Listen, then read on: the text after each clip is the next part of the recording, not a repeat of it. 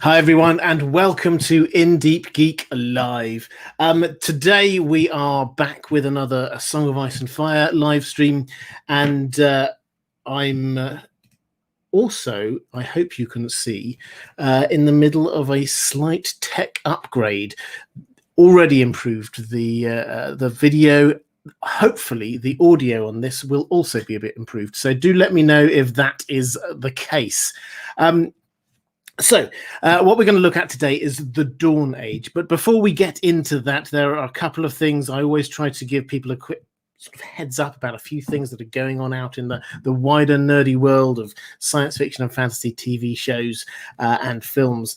The big news this week really is the Wheel of Time. The Wheel of Time is, for those who don't know, this is an epic fantasy book series by Robert Jordan. Brandon Sanderson finished it off, and it's been around for a long time, and they have now made it into a TV show. It's been made by Amazon. It's going to be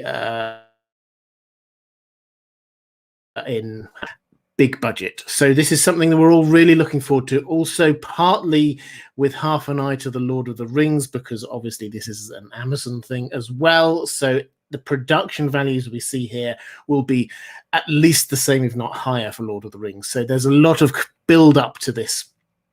So got a super chat. Thank you, Mara Lee. Hi there. You're in the chat. Lovely to see you. Saying, just saw the new trailer for The Wheel of Time and thought it looked fabulous. What do you think of the trailer? And do you recommend reading the book series before watching the show when it finally airs? Yes, so I'm very happy. If you've not seen the trailer, by the way, you can find it if you go to Twitter. Just look for me, search for Deep Geek. I've got it up there. It's, I think, really good. I really enjoyed it. In terms of the books, I saw before we went live in the chat, people were talking about this.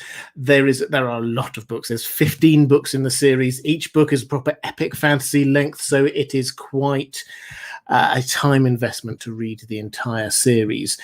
I would say to you, looking at the trailer and from what I've heard, is that the first season of the show is going to cover books 1 and 2. So The Eye of the World and The Great Hunt. So if you were wanting to read the books first, you could just read those 2. You don't feel you have to read the whole thing to appreciate and understand this. Now, I understand this decision. This is obviously a showrunner decision to condense the first 2 books down into just one series. There's going to be 4 seasons. There's going to be 8 episodes apparently, so about 4 episodes per book. That feels quite rushed to me, I must say, but there are a lot of books to get through, so I entirely understand this. Personally, I would have probably condensed the one slightly later on. If you've read your way through the book series, you'll know even the most ardent fans of The Wheel of Time accept that the sort of the middle towards the second half, the pace slows quite a lot. So I would personally have done an entire season on book 1 because there's a huge amount of world building going on there, but I am willing to give this a go. It looks amazing. The production looks fantastic. The sets, the magic looks really, really good. They've got Rosamund Pike in, who is obviously an amazing actress, so everything bodes well for this. As to what we can say looking at it, I'll probably put a few thoughts on Twitter tomorrow, just mini breakdown of the trailer. I think the main thing to say is it does look like it's broadly following the books, so then at the very least there's not much there that's looks like it's very different. It does look like they're probably going to be speeding through quite a lot of it, but picking up on all of the main points. Beyond that, I don't think I'll say much more now. Do go and have a look at the trailer if you're interested. If you enjoy fantasy, then I suspect you will enjoy this. I will put some further thoughts over on Twitter tomorrow. Jewel Elson, thank you so much for the super sticker. Ryan Larkin as well. I'm sure I had another one or two just to thank people for. I'm sure I will find them in a moment. The Mara Lee, you also said, gave us super chat saying, just my show of love and support for all the fabulous content, especially for all the live streams coming up for this month. Thank you, dear Robert, and hugs to gorgeous Dan the dog. Love you both. Thank you very much, Mara. I do appreciate that. In terms of you talked about the content for the next month. What I've tried to do this time, and I'll try and do this going forward now, I think, is to line up the next few live streams just so people know what to expect over the next few weeks. So I will be working my way through time periods. Over in A Song of Ice and Fire, we're going to start off at the Dawn Age, move through the Age of Heroes, work our way up through the Andal invasion up towards the time of the Targaryens, and just take a high-level view going through time. And similarly, I'm going to take that kind of approach with the Lord of the Rings. At the moment, I'm going to do once a month a Lord of the Rings live stream. The next one's going to be in 2 or 3 weeks' time. You can check out the schedule there on the YouTube site. And what people wanted, I went to. This is one of the perks of being a patron. At $10 patron level, you get a chance to tell me what I should be making videos about. And I said, what do you want Lord of the Rings live streams about? And the answer came back, time periods. An overview of the background and history to Middle-earth, because when we get the TV show, this is set back in the Second Age. This is thousands of years before the Lord of the Rings story that we know.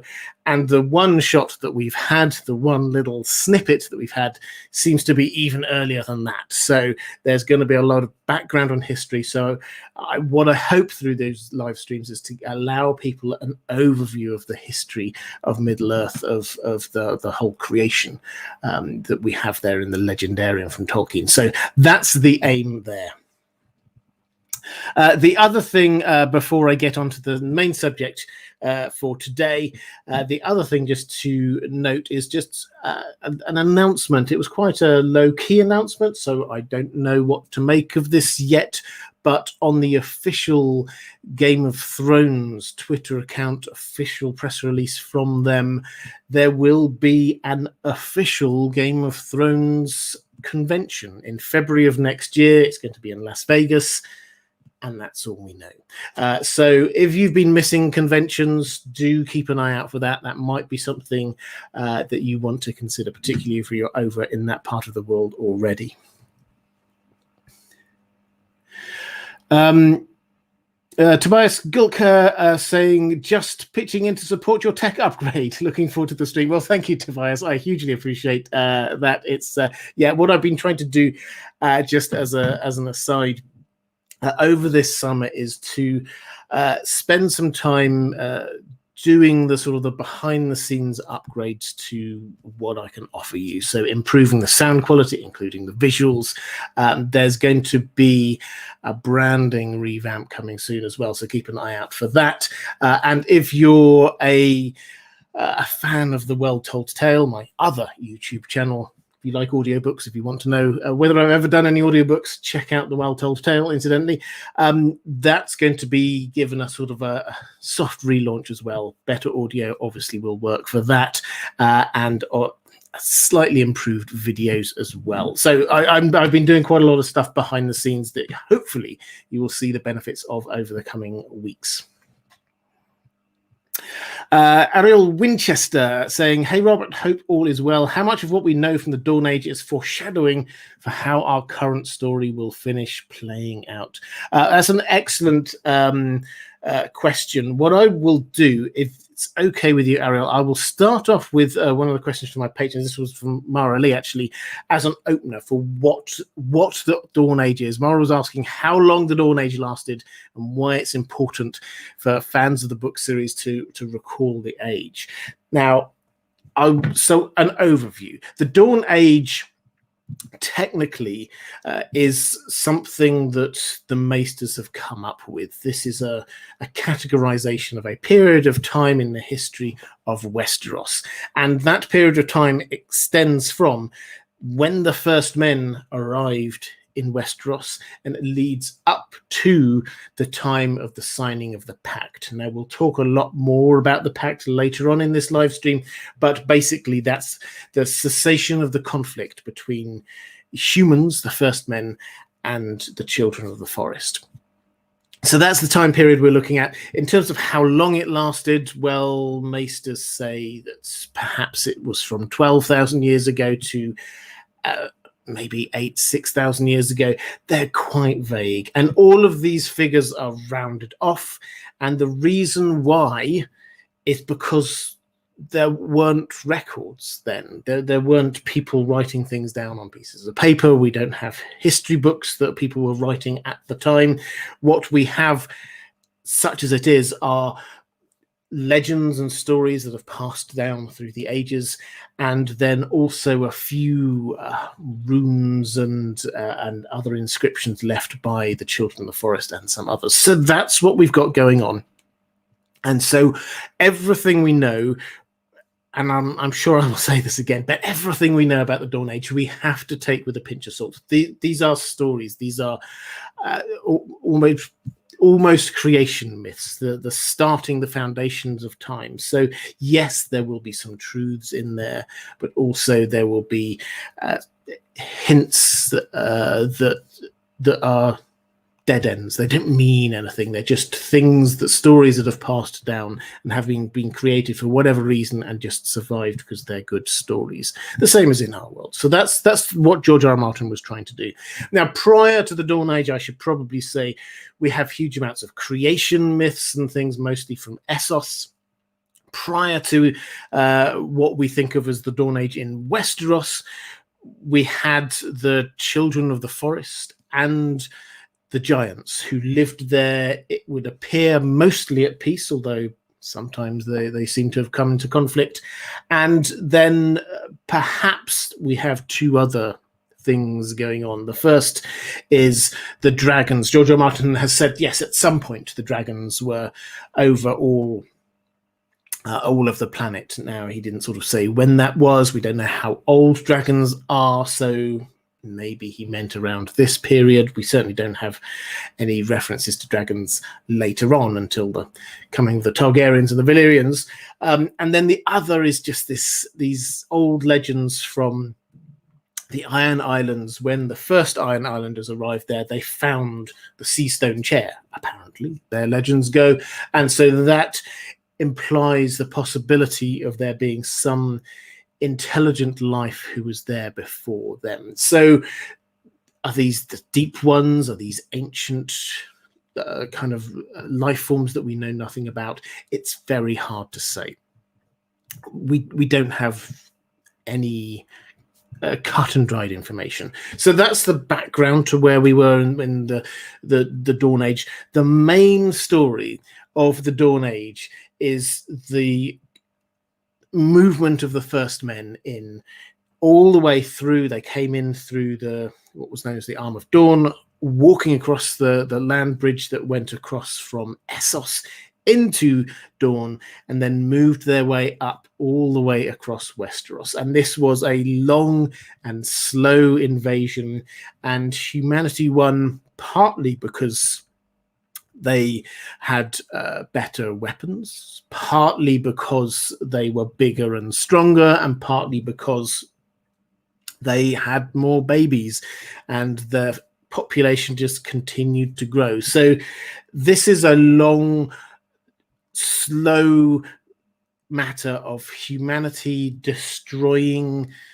the children of the forest and their way of life, and slowly settling themselves as being the main inhabitants of the continent. So that is the overarching story of what we have in the Dawn Age, and it ends with the Pact. As I say, we'll get into it a huge amount more later, but this is the cessation of hostilities. This is the point at which humans, the first men and the children of the forest, got together and said, that's it, we're dividing up the continent on these terms, and we're not going to fight each other anymore. So that is the end point.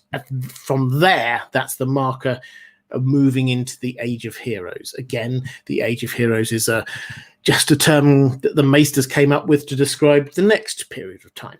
But we're looking at the Dawn Age today. So, Ariel, you were saying how much of what we know is foreshadowing for how our current story will finish playing out. Well, I don't know whether foreshadowing is the right word, but what I would say is very clearly the case is that we have to understand that humanity, we see this whole story from the humanity's perspective. We're seeing it through the eyes of humans, but that is not how the children of the forest see it. They do not see Westeros as belonging to the humans, to the first men. Westeros was theirs. They were there beforehand, and that these other people are the people who have come in and taken their land away from them. So that is the mindset shift that we have to have. When we're thinking about the children of the forest, although they may have made a peace with humanity, that they do not see that as the natural state of affairs. The natural state of affairs is them, the weirwoods, and nature living and coexisting happily together. Humanity are the ones who came in and disrupted all of that. So that is the context for our understanding of what happens in the main story. So our understanding of what the children's actions are, which will increasingly become important, that must come from our understanding of where they were in the Dawn Age. And don't forget that the weirwood trees do not see time in the same way that we do. They see everything happening at the same time, and that also impacts on how the children of the forest see it. This is not something that happened long in the past and they can now forget about. In a more metaphysical sense, this is something that is happening now. The trees are being chopped down by humans now. That is their perspective, the weirwood trees' perspective. So we shouldn't take that, I think, as foreshadowing, but we should take that as framing our understanding of the children of the forest and their role. And the other thing I should say, just building on that, is that the George R. R. Martin has said that the green men will come to the fore later in the story. Now, what does that mean? Well, who the green men are the people who are protecting the Isle of Faces, which is where the pact was signed. And so that place and the pact itself will become important, will come to the fore later in the story. Marvin Martin, with weirwood time-space vision communication powers, green seers could see, coordinate, and prepare for men's coming long before their arrival. Is there more to the story?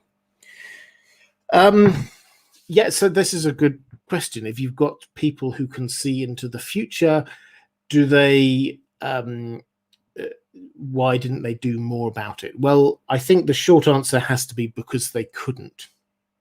Humans were just more powerful and stronger than them. And seeing into the future is that we still don't know exactly how this works. Bloodraven is very clear. You can't change the past. You know, can you change the future? That's an entirely different thing. But we haven't seen how this works yet in the world of A Song of Ice and Fire. The clear implication, because it happened, is that there was nothing that they could do to prevent it. However, we do have to see the longer term view of this. They will be thinking not just in terms of weeks or years or decades or centuries, but in millennia. Where is it going to end up? And this idea of the weirwoods triumphant at the end of all of this does make sense, not just in a narrative arc for Bran. The story started with Bran and ends with Bran, but this also makes sense in a narrative in terms of what we have heard about the history of Westeros as a whole. It starts with the weirwoods and the children of the forest, and it ends with it as well. So I think we should think about this from their perspective as being something that plans happening over millennia. Eamon the Boneless, thank you very much for the super chat. Getting some love for the new video camera. I'm very pleased about that. Dinosaur saying thank you for entertaining me, Wizard. You're very welcome. Cloaked One just giving a shout out to Hard Peter, who is celebrating their 19th name day. Best wishes from the IDG gang. Yes, Hard Peter, you get a glasses off moment. Happy birthday to you. I hope you're having a wonderful day. And let's just look up. Seen Aro Jurgensen. Hi, Robert. May I ask what is in the picture on the wall behind you? Been looking at it for hours by now. That there. And I will bring it up and show you properly one day. I assure you. That is by the wonderful artist Vanessa Cole, who I happily give shout outs to whenever I can. Hopefully one of the moderators will be able to put a link across to her website. She does wonderfully realistic, often pencil drawings of Game of Thrones and Westworld and much more. That is Westworld. I appreciate it's a little bit far away, so you can't see it particularly well, but that's a lot of Westworld characters going on. I will show you up close another day, because another tech upgrade, if you believe this or not, will be improved background. Oh yes, this is happening. I've been putting a lot of effort over the summer trying to improve this. So this might be, if you're a long-term viewer of these live streams, this might be the last time you see this this wonderful background. So say farewell to the sheet over the desk. There may well be a different thing appearing behind me next time, if I can get it working. Let's just quickly flick through. I think I had another super chat to get to. Eamon the Boneless, do you think we'll learn more about Ashai or Yi? I think that was the plan from George R.R. Martin. So I should say, so Ashai and Yi, a little bit of context. Most of this live stream, I suspect, we'll be talking about Westeros, because this is what we know the most about. This is the history that we hear the most about. Yi and Ashai, the civilizations and cultures there are at least as old, if not much older, than what we have in Westeros. The Maesters are reasonably clear about that. They, even in the world of Ice and Fire, which is a story that the Maesters are telling of the world, they accept that places like Yi were far advanced of what the First Men were doing in Westeros. And because people came from Essos to Westeros, the clear implication is humanity was in Essos first before it got to Westeros. So Yi, this is a part of the world, an empire nowadays, but before that, its sort of predecessor empire, we have this incredibly mysterious place, an empire called the Great Empire of the Dawn. I say it's incredibly mysterious because it seems very important, kind of symbolically. We hear that we had the first god emperor who was there, who reigned for, I think it was 1,000 years or something like that, then passed it on to his son, and they reigned for hundreds of years, and then passed it on down. And this was where a great civilization flourished in Essos. And we don't know how big it was. We don't know how long it lasted. The numbers, as always, they're rounded off and seem quite exaggerated, so we probably shouldn't take them too literally. But it certainly seems from the timeline that we've got that happened before the Long Night, which happened, as we'll mention again in a moment, happened in the first-ish part of the Age of Heroes. So will we learn more about Yi and Ashai? Well, I think the plan originally from George R.R. Martin, he sort of admitted it, he's not said exactly, but was that we would get Dany going all the way over to Ashai. But that's not happening now. And nobody's going to go there. We might see Ashai, We might hear of Ashai, we might get flashbacks to Ashai, but we're not, I think, going to get any characters going to Ashai in the story, the main story. We're almost certainly not going to get anyone going to YT. So are we going to learn more? We'll probably learn a bit more, but I think the main message is, as symbolically and interesting / possibly important and as intriguing as these places are, they are not part of the central story. Ashai probably is more than Yi in that this is where a lot of ancient knowledge is stored, and we get that particularly when it comes to dragons and the long night and all magical stuff. We're always hearing about people coming back with great knowledge from there or sending for knowledge from Ashai. So it will have a role, but we're not actually going to go and see it.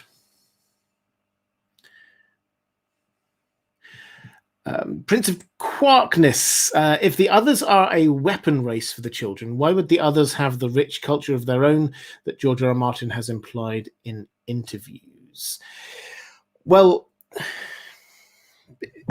I mean, this is a question of whether the others will come on to this, I'm sure, but whether the others happened during the Dawn Age or just in the Age of Heroes is a matter of quite a bit of debate, because the exact iteration of events there, we can make, I think, an educated guess, but we can't be 100% certain.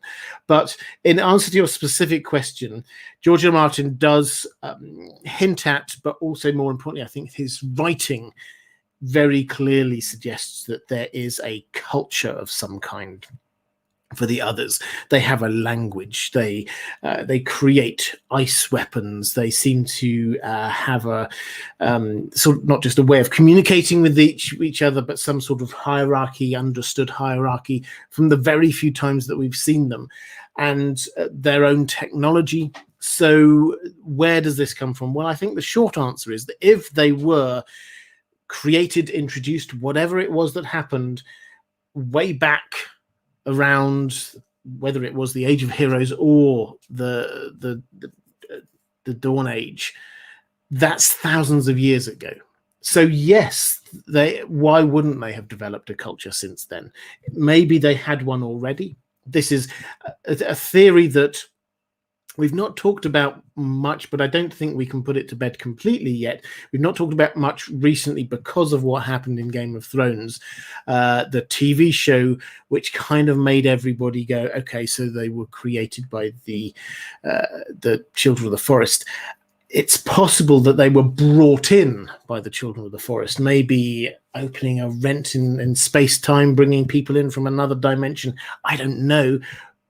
We can't say anything. If so, they could emerge fully formed with their own culture rather than create a culture from scratch. It's, as I say, it's not something we've talked about huge amounts since we had the revelations on the TV show, but we shouldn't necessarily take the TV show as being exactly right. It was a lot easier for them to show some poor guy tied to a tree having a bit of dragonglass shoved into them than something big and complicated involving huge amounts of magic and conjunctions of the spheres or whatever. That wouldn't be easy to show on TV. So I'm not saying I believe that that's the case, but it is possible still.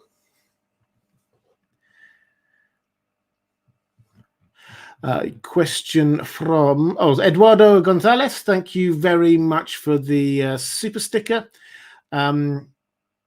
Marvin Martin, how can the White Walkers win if George R. R. Martin plans on nailing magic? I don't. Well, if you mean by nailing magic as in getting rid of it at the end, I don't think he said that magic is going to go away. He said he's very clearly implied that the seasons will come back into balance.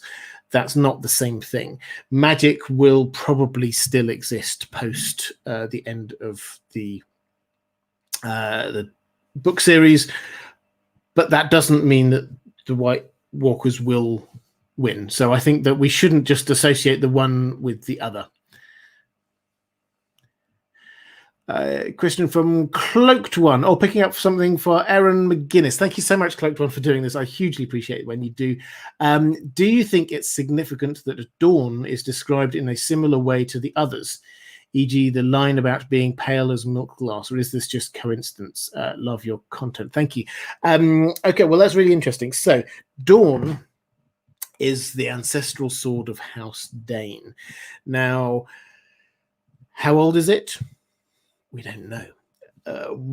Definitely millennia old. And it definitely came, or we're told that it came from a comet, a meteorite striking Earth, landing at Starfall, hence the name, the island of Starfall.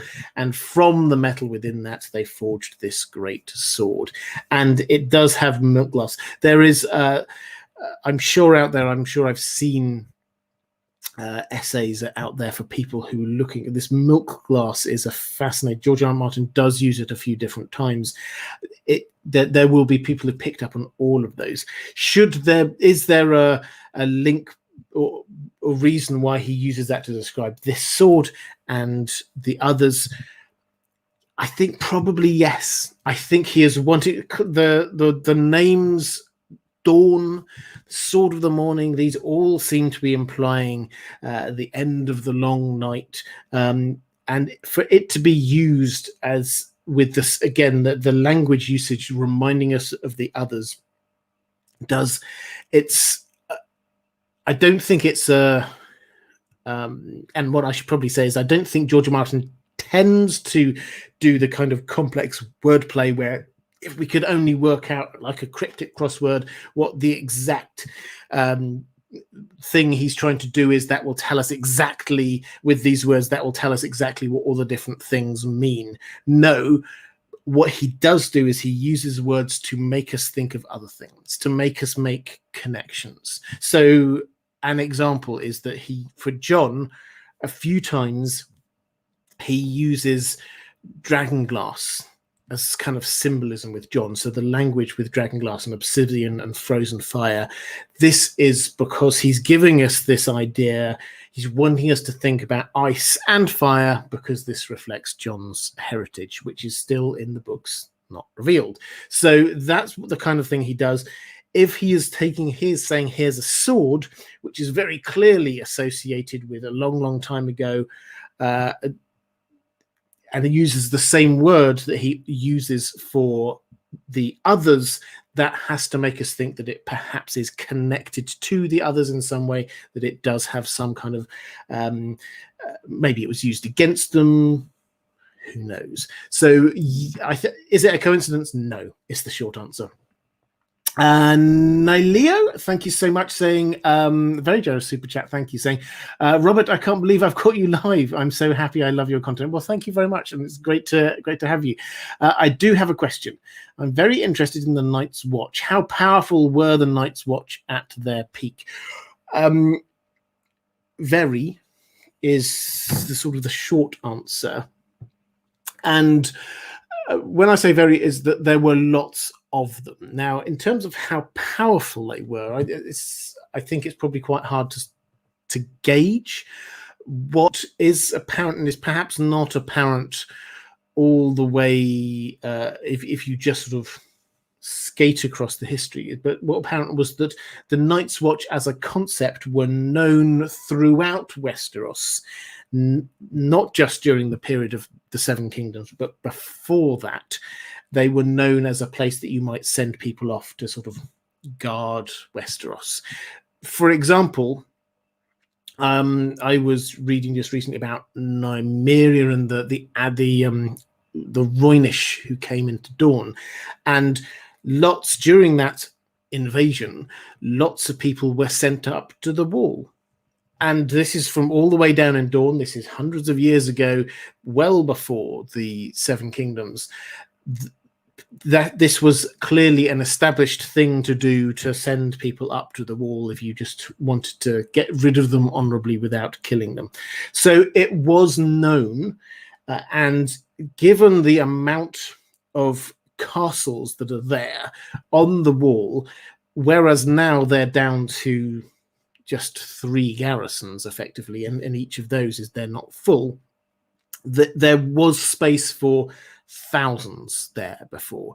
When you go to have a look at the descriptions of each of these, some of the castles are massive and can hold hundreds, thousands of Night's Watch. So at its peak, there must have been probably tens of thousands of people there on the wall. It was very impressive, powerful, but not powerful politically. People did stay at the wall.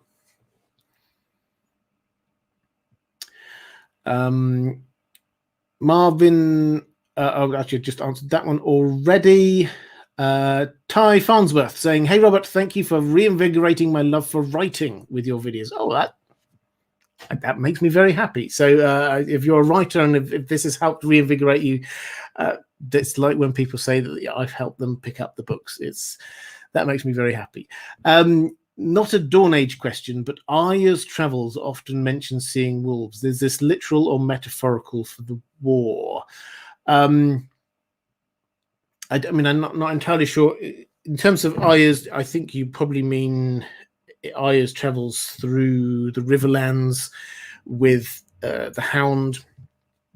She often sees wolves.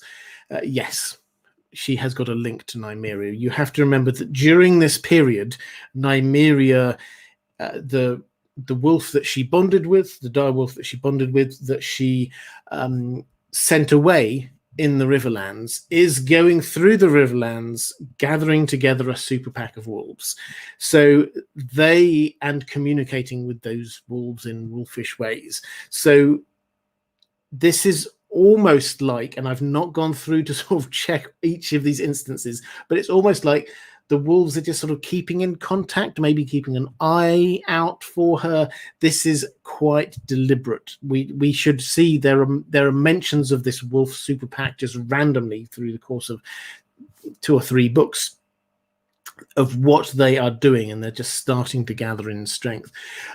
Is it symbolic? Well, yes. So the presence of the wolves in the Riverlands is obviously symbolic of the Starks, and whereas the Starks as a whole, the Stark army, effectively gets a sort of slowly ground down and defeated, and obviously Robb dies, and the Boltons defect, and so that gets diminished.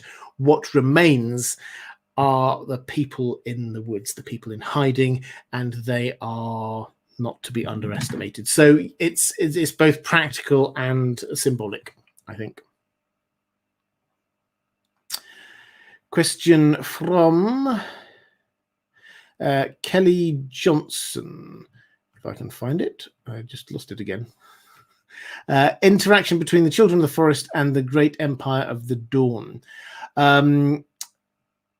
Okay, interesting this. So the short answer is the Great Empire of the Dawn was based over in Yi Ti, which is the far side of Essos, this huge mountain range, cutting it off even from what is now the Dothraki Sea. So it didn't seem to go all the way across that. We don't know, but it didn't seem to go all the way across into Westeros. What there is, and I will come on to this in more detail later, but what there is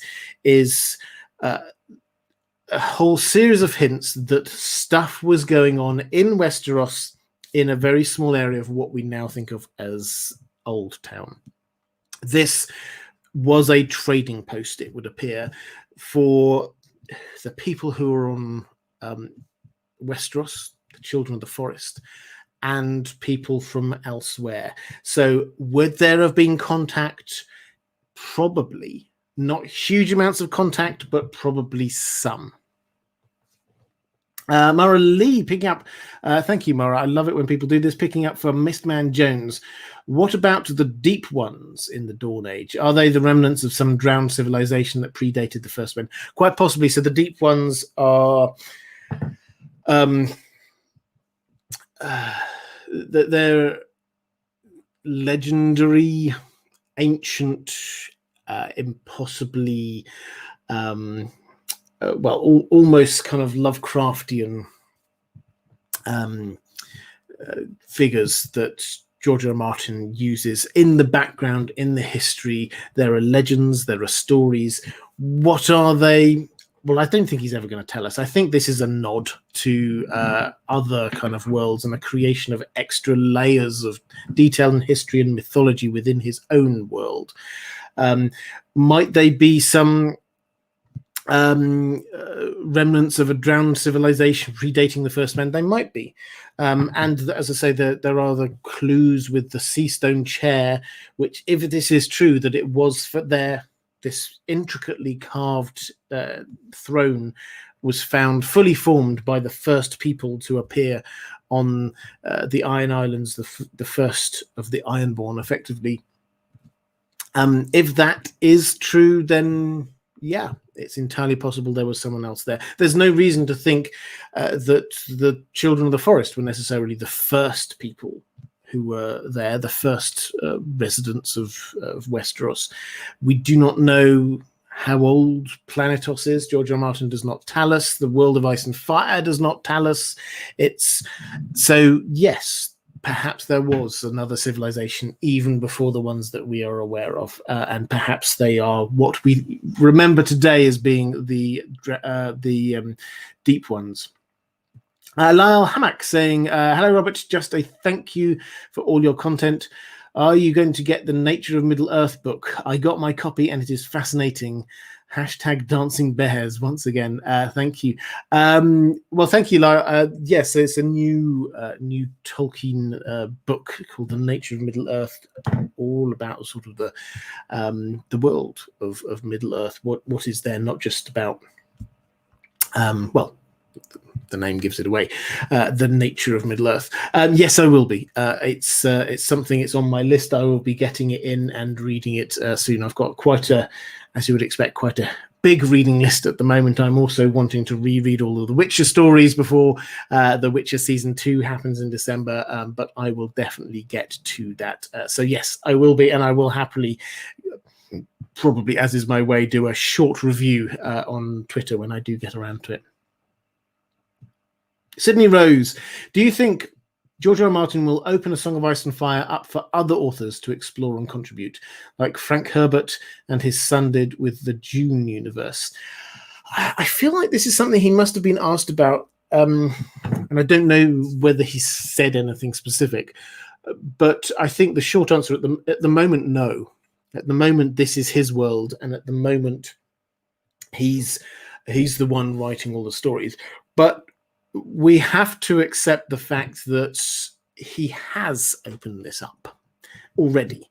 That's the way that he has done it. By signing TV deals and the like, he has opened this up for other people to be writing things. Now, he's always been on board as executive producer or whatever, but that means that people have, I mean, even on the show, Game of Thrones show, it's different. It diverges. He says, you know, here's my show, here's my books, here's the show. They're different. The big beats are the same, but the interpretations are different. You can have two different versions of the same story, and that's going to be the same with the spin-offs. I'm very confident that House of the Dragon is going to be sticking closely to the books, but the other spin-offs that we hear things about, the Nymeria one, for example, the one about Corlys Velaryon,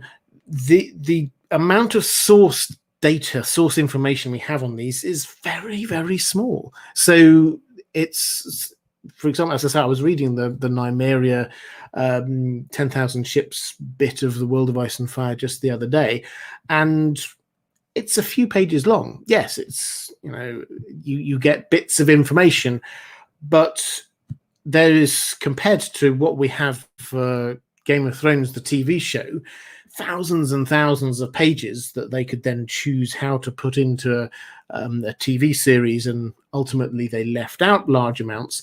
This, they're not leaving out large amounts, they would be adding in huge amounts. We have the names of only 3 or 4 of the main characters in that, for example, so they could do whatever they want. George R. R. Martin has already decided to do it through TV, at least.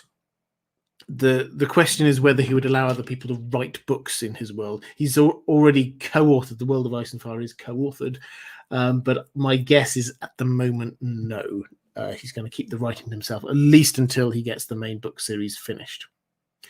James Markey saying, thanks for making videos. You're welcome. Off topic, but I'm hoping for the inclusion of Gunter Odim in the Witcher TV show, though I doubt it will ever happen.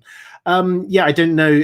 He's quite a small character. I think that what we'll see the season 2 of the TV show is going to cover, as far as we can tell, again, we've not had huge amounts of leaks. This has been one of the, for our TV show purists, at least one of the few upsides of COVID, is that the amount of leaks we've been having from filming of various TV shows has actually been relatively limited because everybody's been staying at home.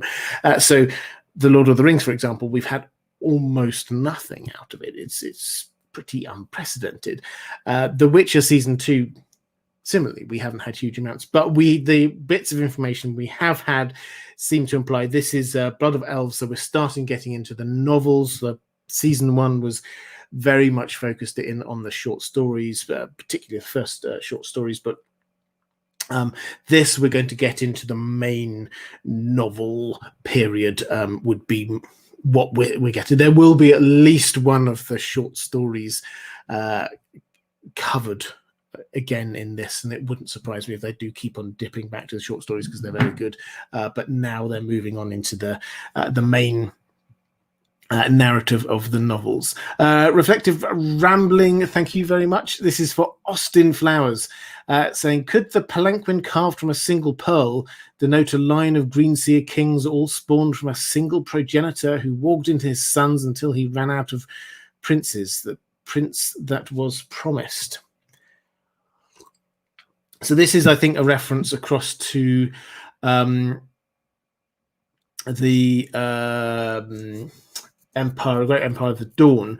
A line of Greenseer kings all spawned from a single progenitor who walked into his sons until he ran out of princes. That's quite a, for me, that's quite a leap. I have to say, I think that you can take symbolism, and George R. R. Martin does use symbolism to hint at a huge amount of things, but I don't think we can take things as certain when he's using these kind of symbolism. I'll read it out again. Palanquin carved from a single pearl. Is it meaning a line of Greenseer kings all spawned from a single progenitor who walked into his sons until he ran out of princes? It's possible. It's possible. But we don't have any evidence for that, I don't think. And so I don't think we can actually go much further with it. I like the idea, but no. Nelio, thank you again. Saying, Robert, I think I've read that one already, actually. So let's skip forward. The Land of Always Winter. When Bran masters his green sight, do you think George R. R. Martin will give us more details from the Dawn Age? If so, what do you think it could be? When Bran masters his green sight, when he has this, and well, first of all, will he master his green sight? That's probably the first thing to say, is that we've only got 2 books left of this series of books. And in terms of actual time, maybe 2 more years. It's not really, it's quite hard to tell, but that sounds about right. Is that enough time to master green sight? I'm not entirely sure, particularly when you are still a child. He's still only maybe 10 in the books. So would he be able to master it by the age of 12? I'm not so sure. But will we be able to see through her? Will George R. R. Martin use the powers that he does have to show us more from the Dawn Age? Well, I think we absolutely will see, if not the Pact, then we will see the start of all of this. This is on the TV show, we shouldn't take all the things on the TV show as being exactly right, but the fact that they showed us the origin of the White Walkers through Bran, I think it makes so much sense that is how we're going to discover the truth of what is going on with the others, the truth of where they come from, the truth of what the big backstory is. So are we going to find that out? Are we going to see that from the Dawn Age? Yes, I think we probably will. Will we see more bits about the Dawn Age? Probably not. We're going to be. George R. R. Martin likes leaving bits of legend. He's not going to tie up every single loose string from the history of the world of Ice and Fire. He will tie up all of the main threads in the main story, but not going all the way back. And we're not, to take one random example from the Age of Heroes, we're not going to find out exactly what was going on with Lan the Clever necessarily. He will happily leave that as a bit of a mystery.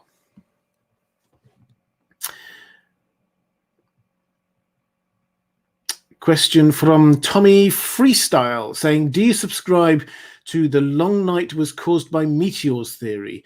If not, what caused it? Well, so my take on what caused the long night was the coming of the others. It's the most, if in doubt, Occam's razor. We've seen what happens with the others, and this is not, and again with the TV show, kind of like, particularly with the way they show things, that kind of skewed our understanding of winter. Let me explain. On the TV show, even at the end when we have the long night, then there is snow on the ground, but people are still happily wandering around. That's not what we have in the books. We have snow dozens of feet high in drifts in the books, and we're nowhere near the harshness of the long night yet. We see in the prologue to book 1, when the others come, then the air changes temperature, everything just freezes and cracks over. This is they bring the long night. So for me, the obvious answer is that when they come, that brings the long night. It doesn't need any external things. The magic was what brought them into being in the first place. And it's their control then over the elements that is the thing which brings about the long night. Joel Faulkner, Bran has abilities to view the past. Will we see him looking back to discover how to undo the magic of the others, or even intervene in the past? Well, yeah, I sort of partly covered this one already, but just to round this off, will we see him intervene in the past? Certainly in small ways. He's been doing it already. We've been seeing it in very small ways. He calls out to his father through the Winterfell weirwood tree, and Ned looks around and who's there? This is happening. Bran does interfere in the past, not so far in hugely important ways. It will probably come to its sort of culmination with the Hodor moment, which will be similar to what happened. George R. R. Martin has confirmed, similar to what happened on the TV show, where that was him going into the past and intervening in what was going on there, with ramifications for the present. In terms of the origin, the how to undo the magic of the others, I think, yes, this is what we're going to find out. He will see the origin of the others. He will see how they came into being, and that will allow him to understand or get the first ideas about how to undo it. Because this is not, and I come back to this so many times when doing these live streams, this story is not going to end with the pacifist George R. R. Martin telling us that the great human army was better than the others and they fought a big battle and won. that's not going to be it. It's not going to be the way that we get a solution to this, so we get through this problem, is not through the biggest and best army won. That is not it. This is a matter of undoing the magic that led to the creation of the others. And Bran is the person who's going to understand this, and as we talked about a moment ago, this, I'm sure, is going to be connected in with the Isle of Faces, and it's going to be connected in with the Green Men. They will come to the fore.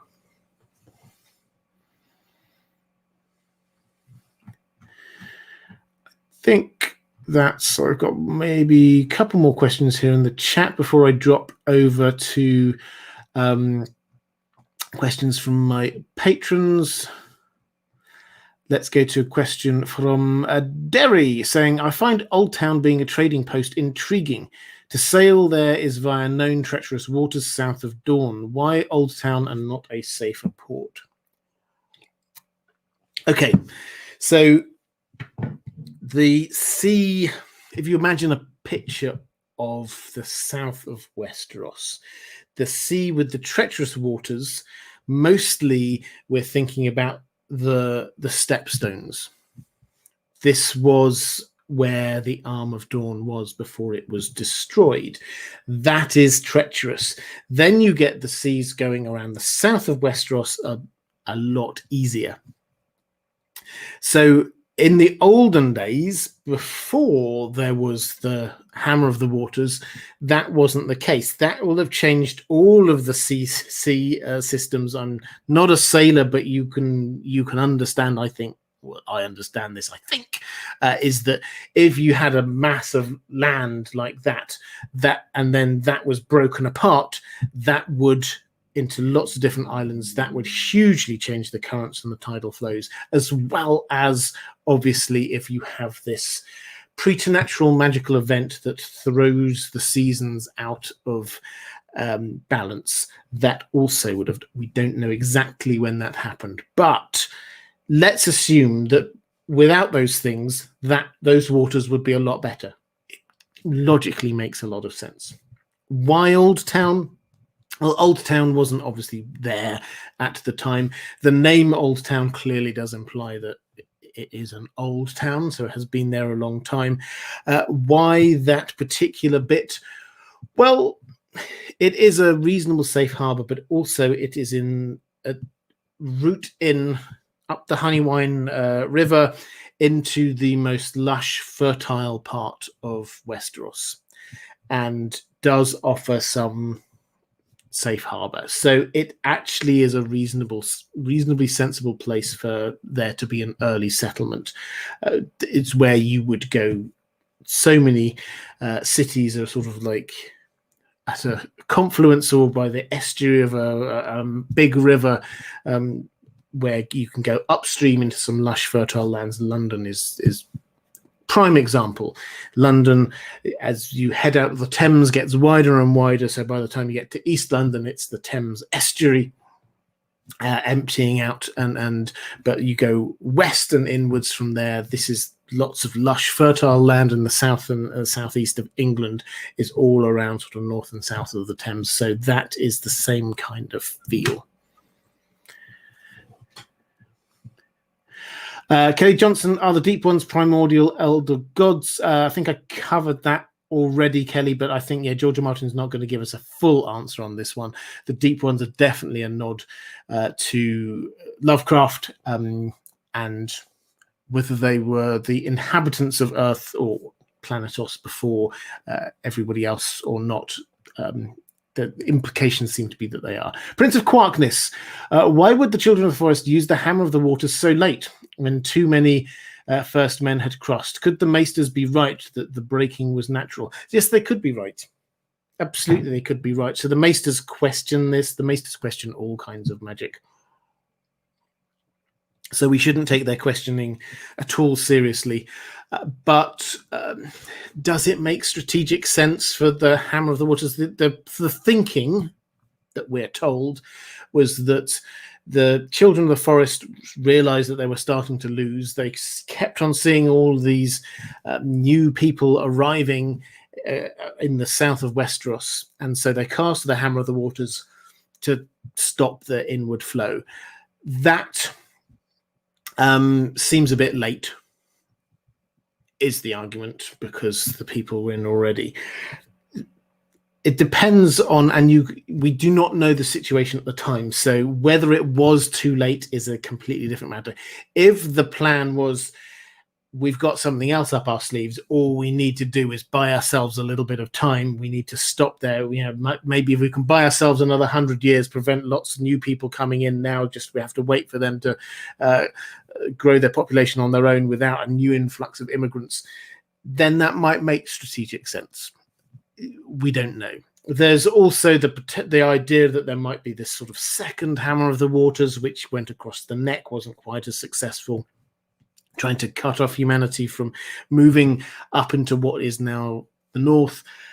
So is it possible that it was just a natural event? Yeah, it's possible. Of course it's possible.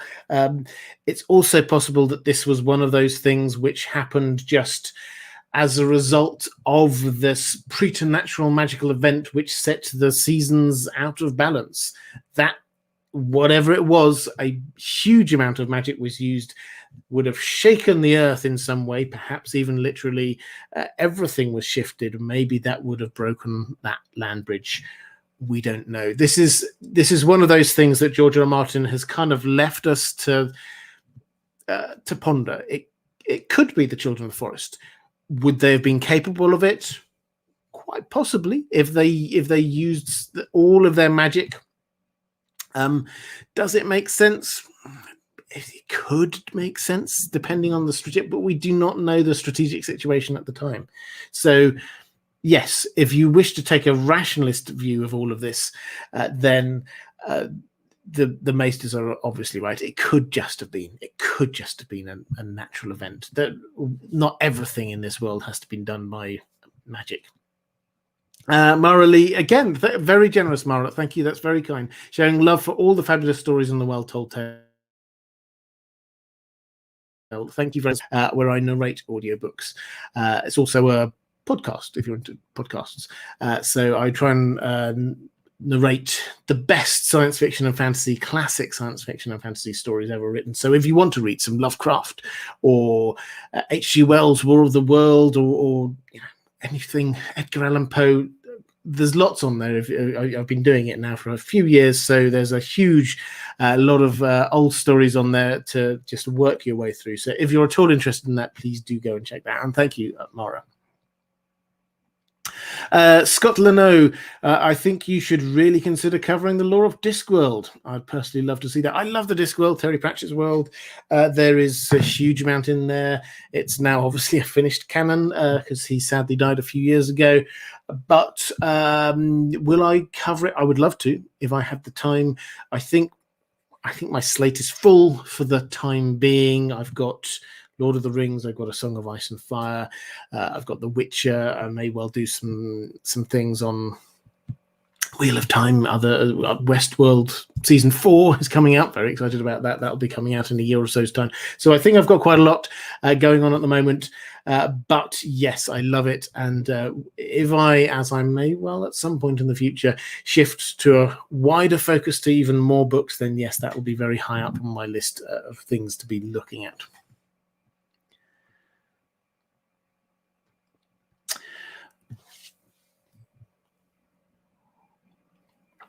Andrew Cage is saying, with George R. R. Martin's magical cost concept, I can't entertain that the show's version of the other's creation works in the books. No, it doesn't. I agree. So my working hypothesis is that, and sorry, just for those who don't pick up on this idea, George R. R. Martin is very clear. Magic has a cost. You can't just do magic from nothing. There is a cost to everything that you do.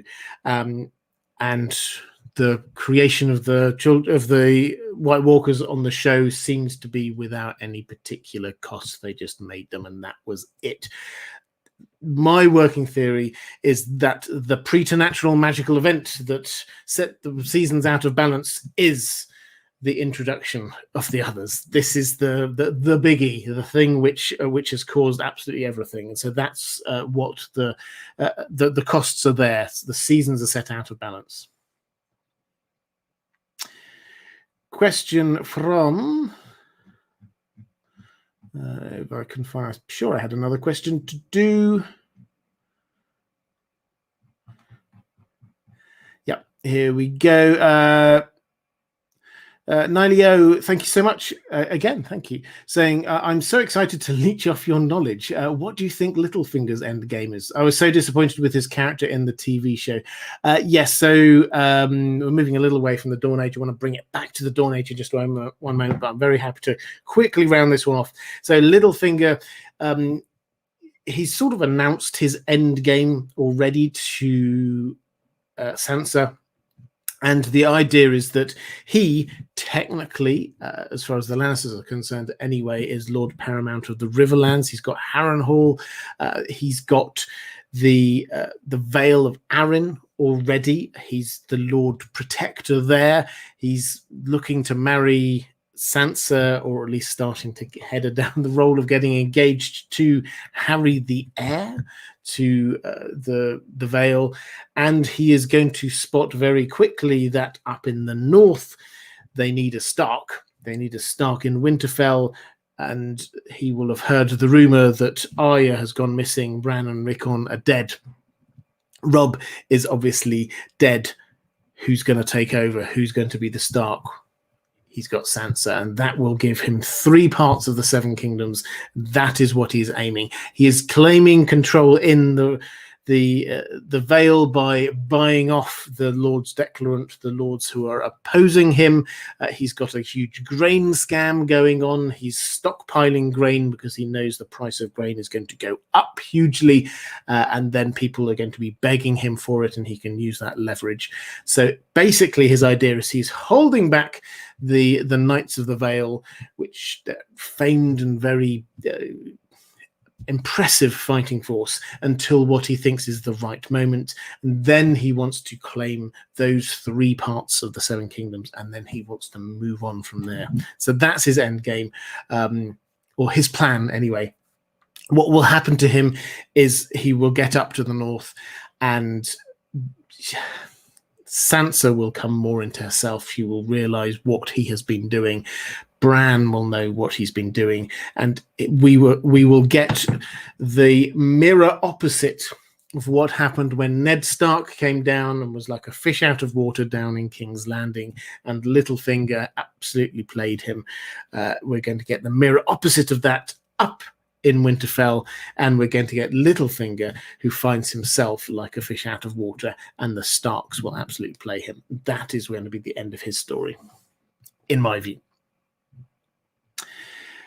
Question from Sydney Rose. Are you excited about the Dune movie? Which shows and films are you most excited about? I am excited by the Dune movie. I'm not planning, people do ask me this a lot, but I'll clear it up. I'm not planning on covering it. I'm planning on just enjoying that. Dune is the classic science fiction story as far as I'm concerned. There are many wonderful contenders to that, but as something which has stood the test of time, it's there, and it's never truly been done justice on the screen. Having Denis Villeneuve at the helm, he's such a visually wonderful director that I think it's almost certainly going to be a wonderful film. So, and I think he said he's wants to do at least 3. So that there's a huge franchise just there waiting to happen with Dune. I am very excited about it. I cannot wait to see it. As for other things I'm really looking forward to, obviously looking forward to The Lord of the Rings, obviously looking forward to House of the Dragon. Other things, you know what I like, Witcher Season 2 is coming up, The Wheel of Time. What they gave us, actually, incidentally, I should probably say, they just put that down as a teaser trailer. So that's not the full trailer. The full trailer is still to come. So there's even more there. We didn't see, I don't think we saw Tom Merrilin, if you're a fan of the books, who I was really looking forward to seeing. He definitely is there. They did cast someone for that. So there's a lot more that we still haven't seen. Stamford Bridge saying, thank you so much for your Traveller's Guide series. It has been invaluable for me choosing inns and planning holidays in Westeros. Well, I'm delighted that I can help out on that. I'd love to know where you decided to go on holiday in Westeros. It's perhaps not the best time in the books to be going there. Donald Peoples saying, this conversation reminds me of how desperately I wanted the Long Night show to be greenlit. The possibilities. Yes, absolutely. So for those who don't remember, they did film a pilot for a show which was probably set effectively in the Dawn Age or the Age of Heroes. George R. R. Martin called it The Long Night. He said, I don't care what it's actually going to end up being called. I'm calling this The Long Night. This was what the plot was going to be about, and we don't know. We haven't seen this, as is the case with pilots that don't get greenlit. We haven't seen it, so we don't know. But all the rumors were that this was that we were going to see the Children of the Forest. We were going to see them performing some magic. We're going to see all of the things that we're talking about here, and it would have answered a huge amount. So I'm very disappointed that that didn't happen. No idea, to be honest, why it didn't happen. Perhaps the full story will come out at some point, but they changed their mind very quickly and said, we're going to go with House of the Dragon, and then immediately greenlit, without even having a pilot, greenlit the entire first season of that. Now, what I felt at the time, what I still feel, is that the timing and context of that was everything, politically with a small p. You had HBO, who had the biggest TV show on the planet in Game of Thrones. They were lapping it up. They were talking about having lots of different spin-offs. And they commissioned the first one of them that was ready. They commissioned a pilot for, and this was going to be something, it sounds quite edgy. The showrunner was, I've forgotten her name temporarily, but she's excellent. She did things like Kick-Ass. Someone in the chat will remember. I always have a mind blank about something in these live streams, but she would have had a very different visual take on the whole world of Game of Thrones from what we saw on the main TV show. But this would have been edgy and different to what we had for Game of Thrones. Then Game of Thrones season 8 happened, and as we know, it wasn't, let's say it wasn't as critically well received as the previous seasons. So what do? The people in charge of HBO, they've got this edgy one. There were apparently some problems in production as well, or they could go for House of the Dragon. House of the Dragon is the safe option. Let's be clear about this. In terms of something like Game of Thrones, do they go for a thing that is very different, that is based, that hasn't got any of the characters, any of the places that we know about? It doesn't have any of the houses we know about. It doesn't have any connection to anything that we know now. Or do they go with dragons and Targaryens fighting each other, Starks in the north, and just lots of battles in and around King's Landing and the Riverlands? That will work. That's the easy option. So that's why they went there. It was based on writings from George R. R. Martin already. This was the safe option. That doesn't mean it's going to be bad. It's probably going to be excellent, but I'm sorry, I'm going off on a rant here because I can remember I was also quite annoyed when it got cancelled. It's the safe option, and it's not going to give us much new lore about the world. It's going to give us a lot more about Targaryens and things like that, but not the ultimate mysteries which pertain to the main story of A Song of Ice and Fire.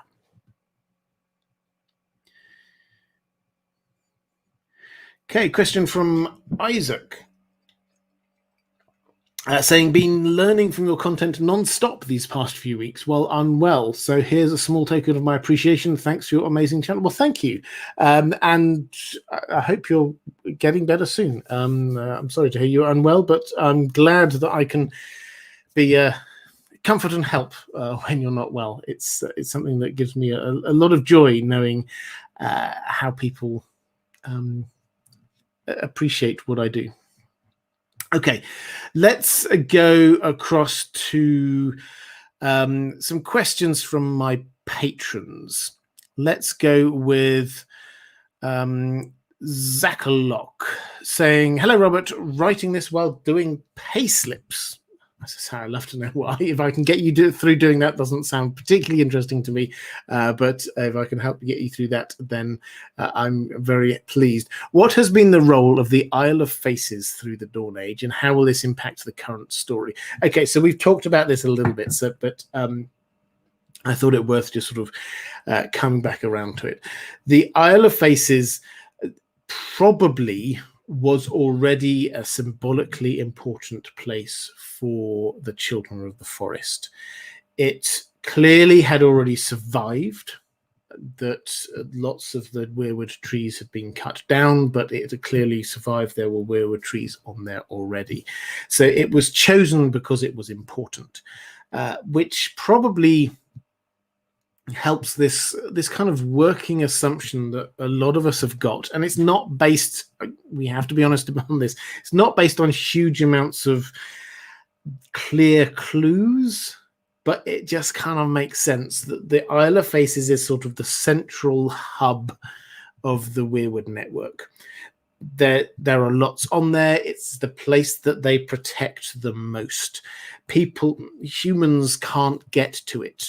I mean, we only have 2 examples in all of history of since the Pact of humans actually going to the Isle of Faces. One of them was seemingly invited, Howland Reed, and the other one dropped in on the back of a dragon, so you can't easily stop them. So that's Adam Velaryon, for those who are interested. Now, and he died almost immediately afterwards, so we don't even know what he did or talked about or saw. But that, actually, complete digression, that happens towards the end of the Dance of the Dragons. So maybe in House of the Dragon we might see the Isle of Faces, at least briefly. That would be quite exciting. So what role did it play through the Dawn Age? We do not know the details, other than the fact that this was where the Pact was, which was the very end of the Dawn Age. This was where people came together, the leaders of the First Men, the leaders of the Children of the Forest, and it was marked by a couple of important things happening. The cutting of the faces into the weirwood trees on the Isle of Faces, which was so that they could witness what was being agreed. So this makes the Pact not just a sort of an agreement, but something holy, something witnessed, something which people can go back to and say, this is what we've agreed. And secondly, it was the creation of the Green Men, who we do not know huge amounts about, but apparently they survived all the way through to the current story, because George R. R. Martin says they're going to come to the fore. So this seems to be the Order of Green Men seems to be quite either long-lived or self-sufficient, because as much as we don't hear of people going to the Isle of Faces, we don't hear of people coming off of it much either. So during the Dawn Age leading up to that, we don't know. We like the idea. I like the idea of it being the hub of the weirwood network. It clearly was an important and special place for that. But beyond that, we do not know. Question from Lauren Mintz saying, "Hello, Robert. My question is about the maze makers. Maester states that some of the maze makers of Lorath built the building which is now the base of the Hightower of Oldtown. As it was already old when the Andals arrived, do you believe this theory that somehow the maze makers came to Westeros during the Dawn Age and built this building? Or do you think that this was made by the Valyrians, despite the fact that by the time the Valyrians had expanded that far west, they should have been keeping better records? Or could it be possibly even older than the Dawn Age, like a remnant of the Great Empire of the Dawn? What are your thoughts or theories about this?" Yeah, so let's dig into this. So we talked a little bit about this idea of Oldtown being a trading post in the Dawn Age, before perhaps even the First Men came across, being a place where there was trade with the children of the forest. And we get speculation in the world of Ice and Fire that perhaps ships came there from Yi, from Ashai, from all very far afield to go and trade there. Now, what we have is this island, which is known as Battle Isle, which is a mystery in and of itself, because we don't know what battle that might be, but presumably a battle occurred there at some stage. And we have the base of the Hightower. Now, the Hightower is old, very, very old. And the Hightower that we know today, the legends say this was Bran the Builder who did this. Now, Bran the Builder was around the time, obviously, when the wall was built. He was said to have done that, and Storm's End, very, very ancient Winterfell, founding House Stark. So whether or not it actually was him, the marker has to be roughly right, or that story wouldn't have carried on down. That's roughly when the Hightower, as we know it today, the stone building, was built. That was the 5th iteration of it, because there were 4 wooden structures, one after another, which were built before that, each of which lasted an unknown period of time.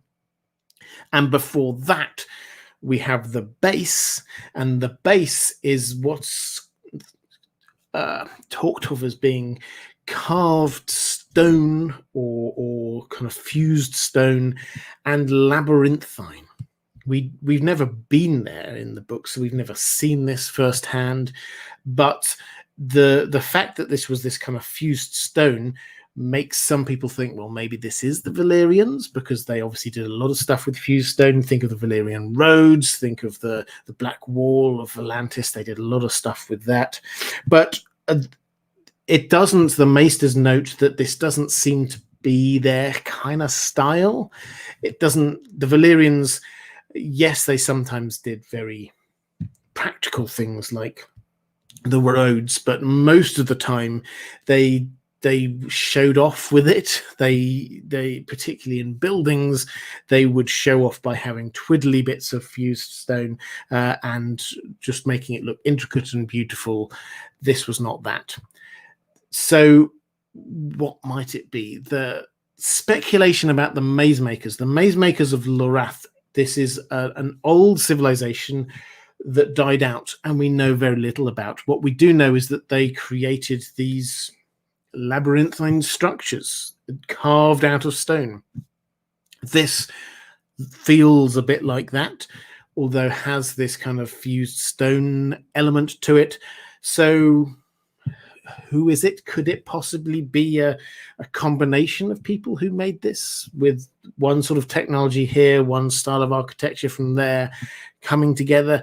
It's not 100% clear. Lorath is a long way north. That's in the north of Essos, so that doesn't seem to kind of make sense.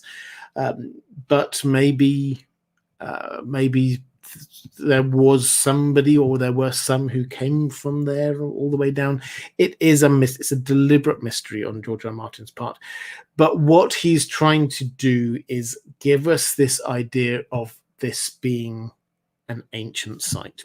This is not just like one of the old places like Winterfell. Winterfell pales into insignificance when it comes to Oldtown, because this was there before even the Dawn Age. Probably there were people coming across, establishing this trading post, and the trading post probably was, or a safe place probably was, that island, and they created this structure in their own fashion. So if I had to guess, and this is not something that we can do more than guess about, if I had to guess, then this is a combination of people who have created a sort of a safe harbor with technology that they've brought in from all over the place. And that's why it's sort of like the Valyrians or proto-Valyrians. It's sort of like the maze makers, but not really. It's like a lot of different things. It's old and it's got lots of different influences.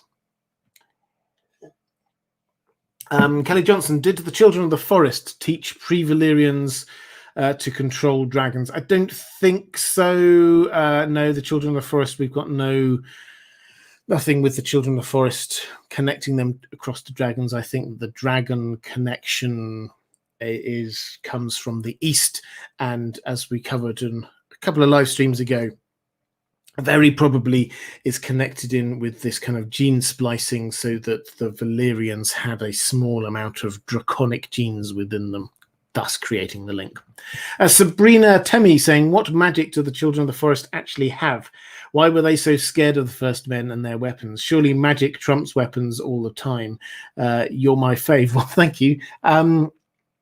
What did they have magic wise? I go back to, if you'll forgive the crossover to Lord of the Rings for one moment, there's a wonderful moment when the Fellowship reach Lothlorien and they come to Galadriel there, and Sam talks about the magic of the elves, and Galadriel just sort of says, well, we don't call it magic. This is just a part of who we are, how we are, what's going on. It might appear magic to you, but that's not. It's just a part of who we are. That is the feel, I think, that George R. R. Martin's going for with the Children of the Forest and magic. Yes, they do magical spells, but most of it is just they're in tune with nature, warging, skin changing. That's just how they naturally can do stuff, or at least the spell singers, some of them can. So what magic do they have? It's the green seer magic. That's the magic that they have. So it's through the weirwood trees, and it's being in touch with nature, being able to move through the trees, being able to move through the animals. That is what we've got going on there. Why were they scared of the First Men and their weapons? Because they could chop down the weirwood trees. And that's probably as simple as it is. The weirwood trees are not just sacred things to the Children of the Forest. This is where the souls of the Children of the Forest go. You see the weirwood underneath the weirwood tree in Bloodraven's cave. Countless Children of the Forest hooked up to the weirwood tree, being sort of sucked up into it. This is the summation of their memories and experiences. If you chop down a weirwood tree, you're not just chopping down a nice tree, you're killing the Children of the Forest and their ancestors and their memories and their experiences. And that is because they are so connected in with nature. That is Westeros. You are killing Westeros. So this is why they're scared. Yes, they have magic, but magic isn't just a thing that you can just sort of like do. Magic has a cost. And if they're to do more than just the things that are natural, then this has a cost. So we read about them when they cast the Hammer of the Waters, hundreds, thousands of sacrifices they might have made, even their own children. This is huge amounts of sacrifice in order to cast their magic. So this wasn't an even battle in any. Yes, they had magic, but this wasn't an even battle.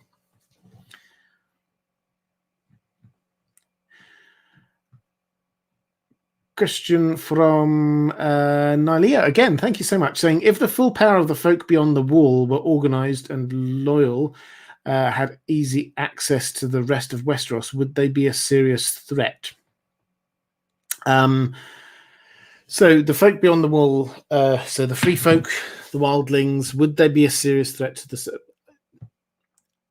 the slightly tongue-in-cheek answer is no, because they don't want to go south of the wall. They're happy where they are. Why should they leave their homeland? They've chose to be there. This is very clearly a choice to be there. They can yes, climbing over the wall is a hugely onerous task, but you get people who've done it dozens and dozens of times. And at the edges of the wall, it's actually really easy. Because the wall ends at the sea, you can just get in a boat and sail around. at the other side, there's this huge ravine, and the wildlings just sort of walk along the bottom of it, and that's fine. Nobody stops them. So if they wanted to, they could. They just do not want to. That's fine. They want to come and raid. Sometimes they want to come and collect some things from south of the wall. Sometimes they want to trade, but their homeland is north of the wall. That's where they live. That's where their culture has developed, so they wouldn't want to. So that's the slightly tongue-in-cheek answer.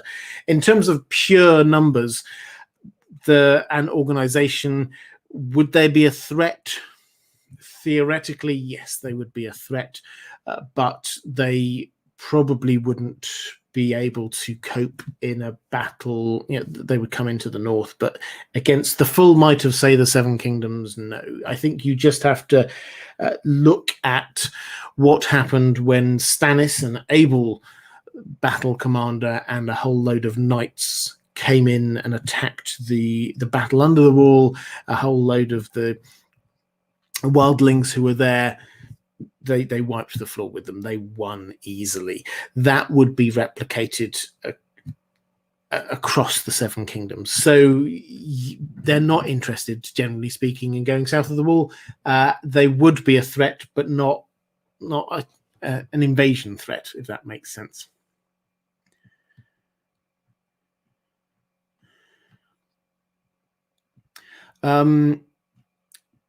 Question, Lady Pushkin's just saying, does weirwood tree paste have magical abilities?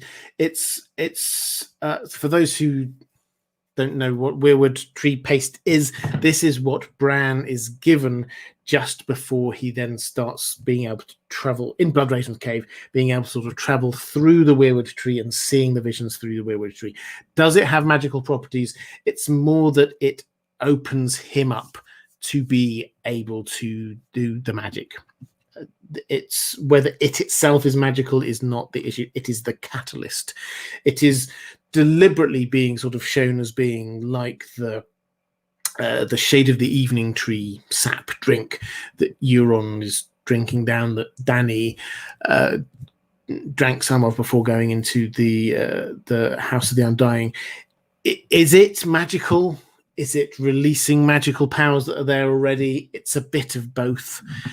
The weirwood paste itself, the main point is the catalyst. Bran had the magic within him already, and that was opening it up. David de Aguiar saying, if all Starks die, could the Carstarks take their place magic-wise?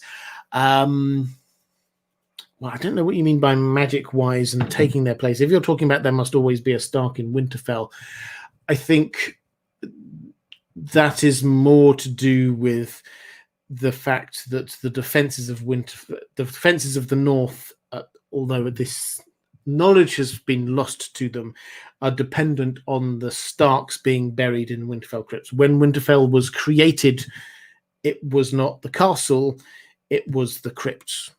That's what Winterfell actually is. The crypts and a little tower on top. That's it. And the rest of the castle kind of built up around that. So this is all about making sure that the Starks are always there. So the Starks, generation after generation, go down into the crypts. If the Starks, the Carstarks are many generations back related into the Starks, so yes, they are linked, but there are also links across to various other parts of the North as well. So yes, but with a big asterisk on there, I would say.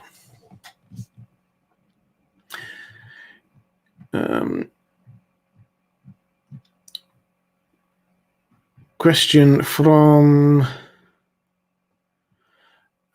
Kelly Johnson, was Battle Isle between the Children of the Forest and the Proto-Valyrians? It's possible. We don't know anything about if you're asking what the battle was on Battle Isle, we simply do not know. We don't have any evidence. Perhaps this was a battle between the Children of the Forest and the First Men. Maybe the Proto-Valyrians, we simply do not know. Maybe George R. R. Martin will tell us at some point, but until then, it is a mystery. Wex is a secret targ. Good name. Thank you very much for the super chat saying, if the Winds of Winter and A Dream of Spring give more details about locations, will you update your traveler's guide? Potential travelers need all the information that is available. Yeah, why not? Why not? I think I have a feeling that's probably a long way in the future. Maybe on the Winds of Winter, maybe I could do like an updated one. Not all the way around. No, you got me thinking now. Good idea. We'll have to wait and see what information we get there. Andrew Kay saying, in the wall was built to keep magical entities out, not humans or non-magical creatures. The free folk just found themselves on the wrong side and were otherized over the millennia. Yeah, absolutely. I agree with that 100%. Think that's me caught up in the chat now. So let's go back to some questions from my patrons. Lady Pushkins, actually, I'll use this as a moment to do what I always do. Patrons, thank you. I cannot do what I do without your support. I hugely appreciate it. This is why I do patron benefits like prioritizing questions from patrons, because it frees me up to spend the time to create the videos, to create the content that I hope you appreciate. So thank you, patrons. If you do want to support this channel, if you like what I do, if you want to support what I'm doing, the best way to do that is by becoming a patron. There's a link down in the description to Patreon. I'm sure also if you're watching live, then somewhere wherever the chat is, then one of the moderators will put a link into the chat as well. And at different levels, you get different benefits as well. So if you're interested, please do click on the link. Lady Pushkins, how likely do you think it is that the Crannog men are interbred with the Children of the Forest, and this therefore explains the Reeds, the Starks, Warging, and Greenseer abilities? Do you think any more runes will be found giving clues about the Dawn Age or Age of Heroes? And then you've got another couple of things slightly off topic. Let me go about the Crannog men first. So the Crannog men, the House Reed, those who live in the Neck. Are they interrelated, intermarried in some way with the Children of the Forest? I think almost certainly. I think that they're physically different from humans. There's the link across to them is very strong. They give across the same vibes as them. Living off the land, being in tune with nature.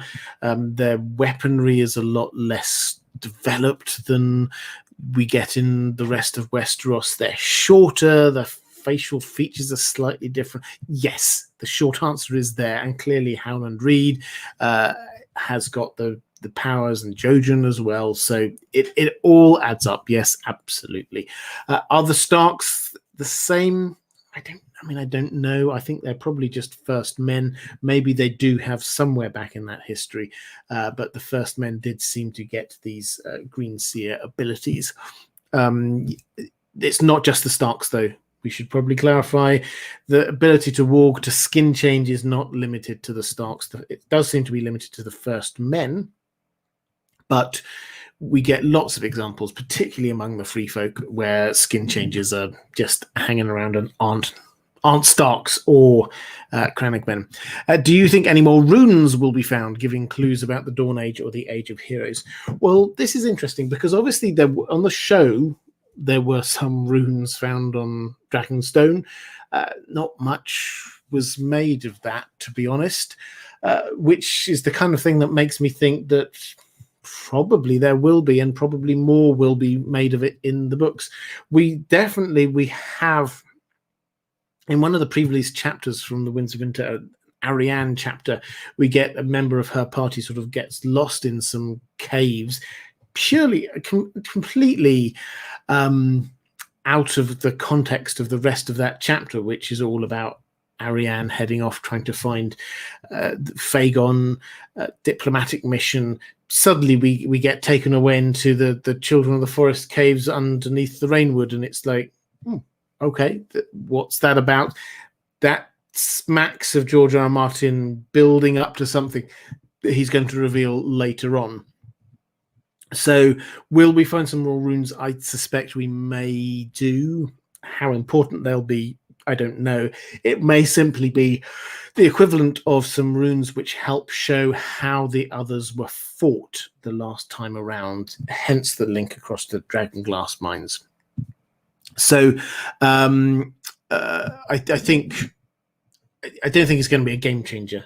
I think that we'll find out lots more information from other things, but then we will get some bits of information.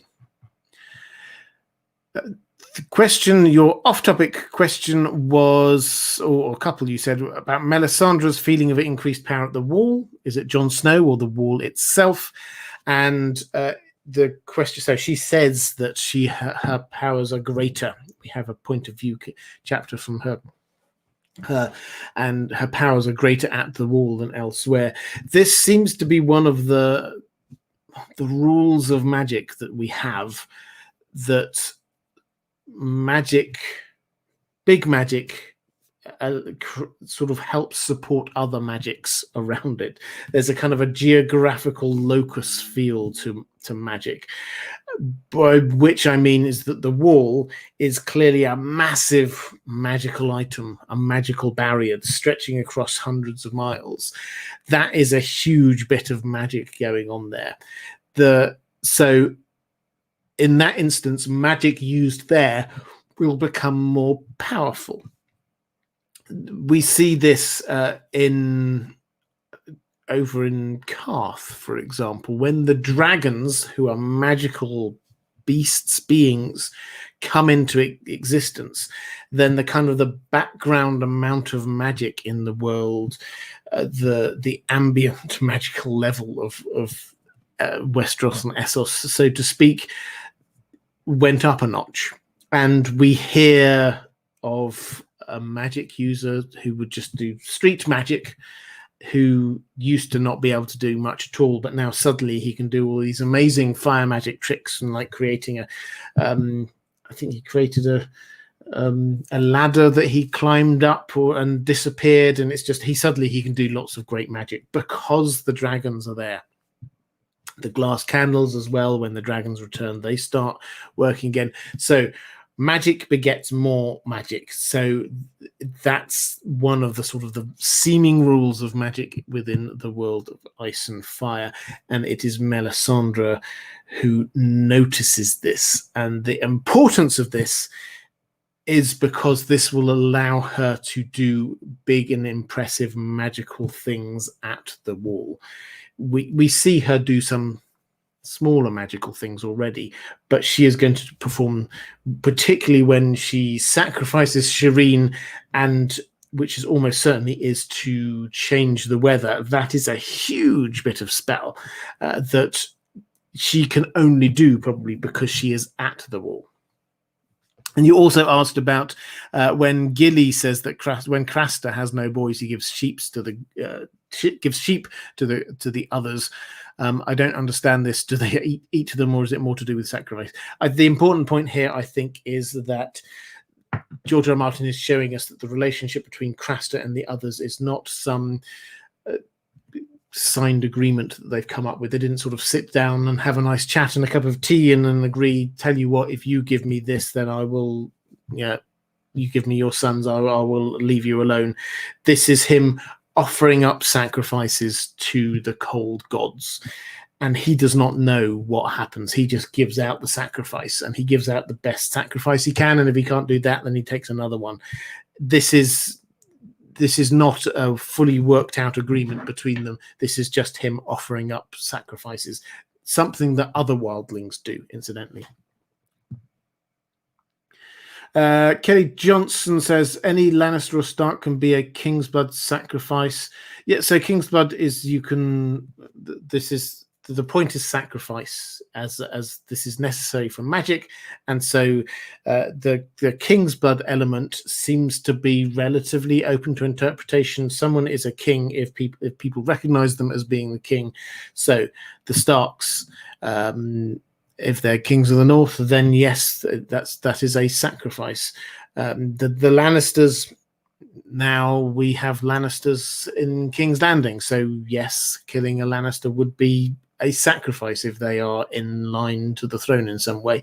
You get so Melisandre, for example, uses or tries to use Edric Storm as being a sacrifice, and Edric Storm is an illegitimate child, recognized, but illegitimate child of a former king. So it doesn't have to be a direct link. It's a matter of how big is the sacrifice, and King's Blood is generally seen to be quite big and important. Creative Branches are saying, do you think Garth Greenhand is actually the founder of House Stark, House Lannister, House Hightower, and other houses beyond the reach? This seems far-fetched, although it does sound like he's a prominent Dawn Age king with possible giant and or children of the forest blood.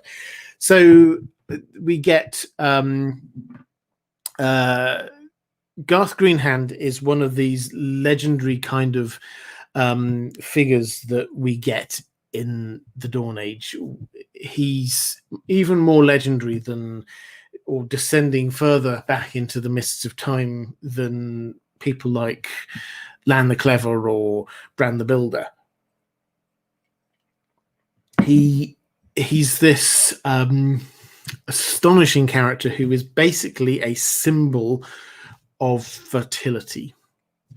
He is allegedly the king and father of many great houses across the Seven Kingdoms, but the stories of him at the time were that he was so wonderful that he would go into an orchard where there were no apples, and then suddenly just his mere presence would make all of the trees bloom into and have wondrous produce. He could merely look at a woman and she became pregnant, and he would go around and beget children all over the place.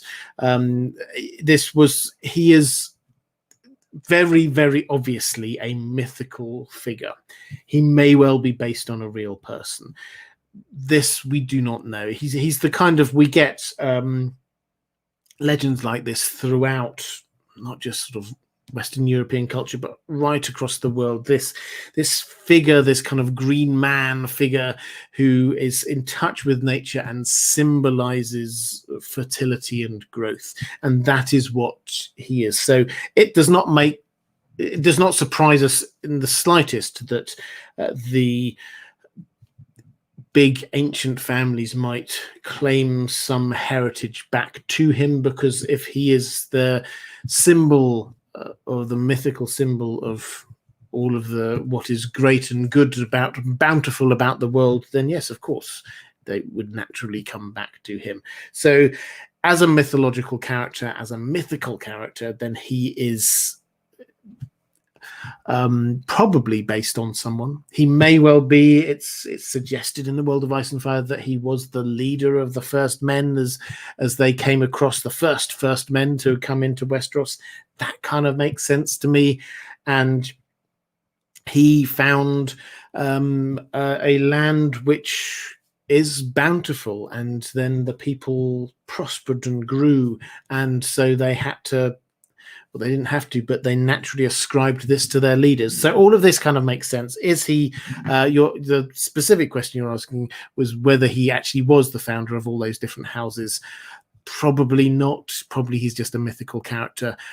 Is he a prominent Dawn Age king? Almost certainly. Giant or Children of the Forest blood? Yeah, quite possibly. We were told that he was almost giant sized. So yes, it's very possible. There are lots of legends that you can tie in with this all over the place, but the truth is that this is one of the closest things that George R.R. Martin gets to pure myth, ancient myth, not just a story, a legend which comes down and you're trying to pick out which are the true bits, which are not.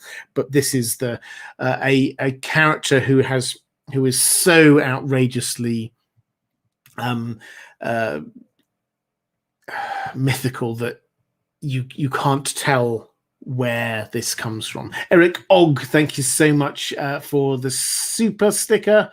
And Toto95 saying, don't mind me just sending my money to an internet stranger. Well, thank you. Keep it up, buddy. Great voice for narration and great videos. Thank you so much for that. I really do appreciate it. Britt Logan, thank you very much, Britt. That is incredibly generous. Super chat. If you have a question associated, I didn't see a question there. If you have one, do drop it in the chat and I will pick that up. But thank you. Wow, that's very kind of you. Question from Lawnduck20 saying, please could you explain exactly what the pact entailed? Was it only to set territorial boundaries, or was there a marriage pact involved as well? Also, besides the children of the forest and the giants, was there any other species living in Westeros before the first men arrived? Well, I think I've answered the second part of that already. In terms of what the pact entailed, we will unpack the pact in a bit more detail in a moment, but what we know it entailed, or what we're told that it entailed, was an agreement that the deep forests would be left to the children of the forest, and the rest of it would belong to the first men, and the hostilities would end. The first men would stop chopping down the weirwood trees, and that was it. That's what we know that was in there. Connected with this, at some point, we get the first men taking on the gods, the old gods, the worship of the old gods. And was that part of the pact? It's not clear. What is mysterious to me, and we'll pick this up in a moment, and I think is deliberately mysterious, is why the first men did this. Were they weary of war? That's what we're told. Maybe there were just some good people who thought, you know what, this isn't fair. But they were winning. They were winning. As far as we can tell, the children of the forest threw everything at them, and humanity just kept on coming. So there is something here that doesn't quite add up that we will pick up again in a moment. Just having a quick check to see whether Britt did send a question along with that. Can't see one. Okay, so let's go to question of Sylvester Snow saying, my question is, when exactly do you think the others came into being? If the children created them, did they do it during the Dawn Age? And did the Hammer of the Waters have anything to do with it? Or did the others come into existence later after the Pact? So this is where, and this is where the second half of this stream, where I'm going to try and put together a few of these different elements to help us understand the order of what happened and why. Because I think this is something which is often quite vague, because George R. R. Martin left it quite vague about when different things actually happened. So let's just pick up on this question about when the others came into being. Were they in the Dawn Age, or were they in the during the Age of Heroes? Were they before or after the Pact? Now, just to pick up on what I said a moment ago, the Pact does not make sense from the First Men's perspective unless there's something for them to fear. Why should they give the land over, some of the land over, to the children of the forest? They were going to be able to take it. There is no particular reason why they're doing, unless they suddenly got scared by something that they saw, and that made them go, okay, fair enough, we'll let you stay. And that ties in with the fact that suddenly the first men started worshipping the gods of the children of the forest. They saw the power of what the children of the forest could do, And so they switched religions. We don't really know what previous religions they had, but en masse they switched religions. This is a very curious thing, and I think the only logical reason is that they saw the power of the children of the forest, which was being held back in some way, and they said, okay, in this case, let's declare a truce. Let's declare a pact. And it's not, the language itself probably is telling. This is not a truce. This is a pact. This is not just an armistice. This is not a laying down of arms. This is not a cessation of hostilities. This is a pact. So they agreed to something going forward. They joined together. They decided to form a united front on something. All of which suggests to me that the others had come into being before that, and the pact was the reaction to it. Now, that we should hold on to, because it's a lot earlier than perhaps we might then think, because the long night actually then doesn't seem to happen for a few thousand years after that. So let's hold on to that thought. We will come back to it in a moment.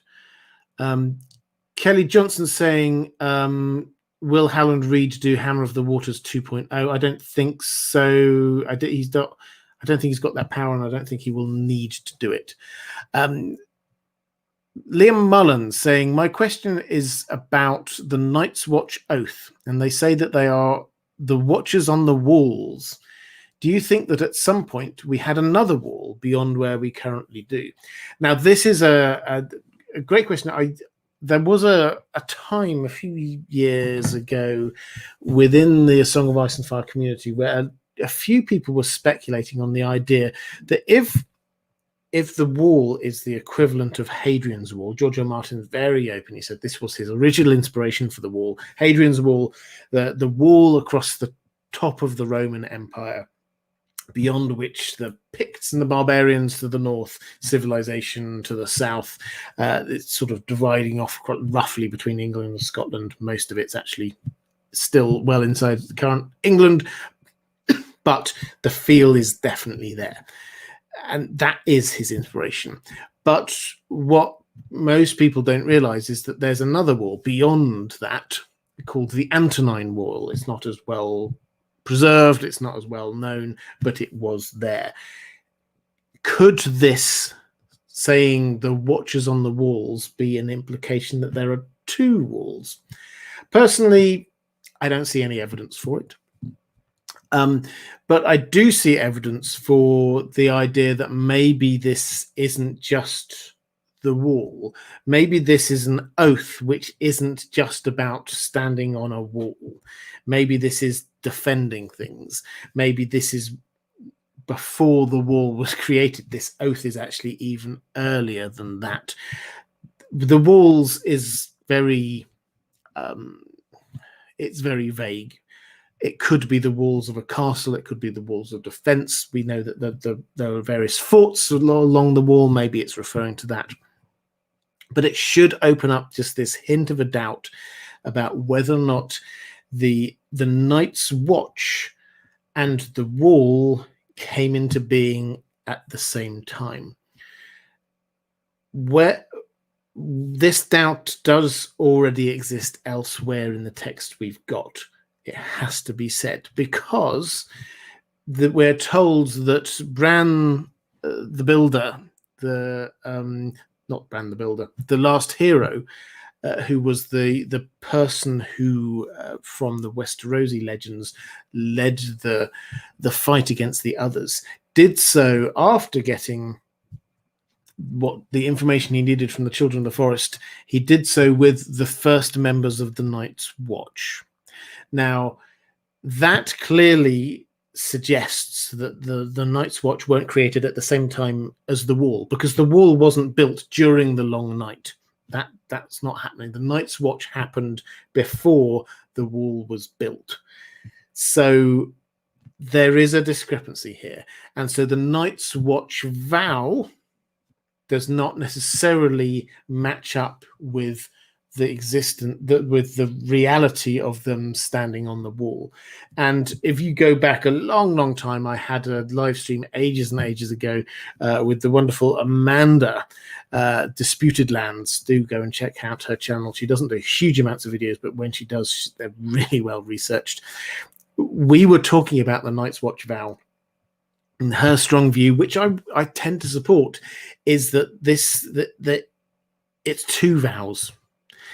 The language changes halfway through the Night's Watch vow. We get this whole series of kind of statements. I am the shield that guards the lands of men. I am the watcher on the walls. That all of these statements of who you are, and then it changes to a vow about what you're going to do. So it's the feeling is that maybe that first bit was the proto Night's Watch, and then the second bit was once we've established the role for the Night's Watch is going to be standing on the wall. So the watcher on the walls is the part of that first set of vows which existed before the wall was built.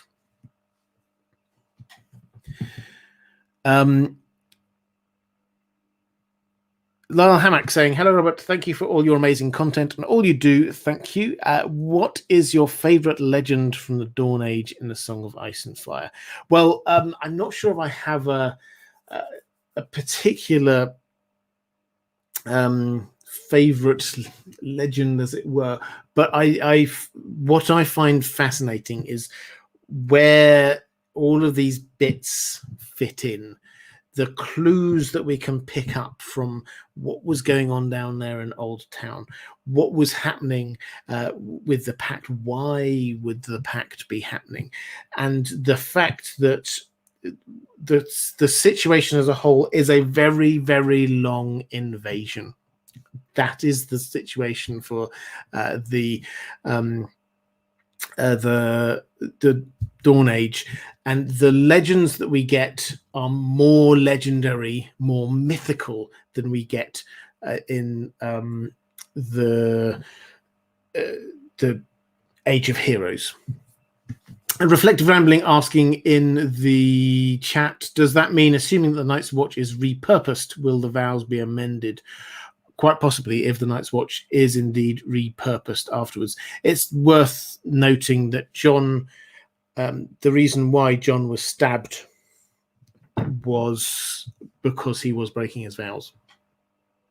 And we view John as being the hero, but we can't really get around this. He was, if you're being a stickler for the rules, he was the leader of the Night's Watch, and he has just broken the Night's Watch vows, and he should be killed by the Night's Watch's own rules. So that was what was going on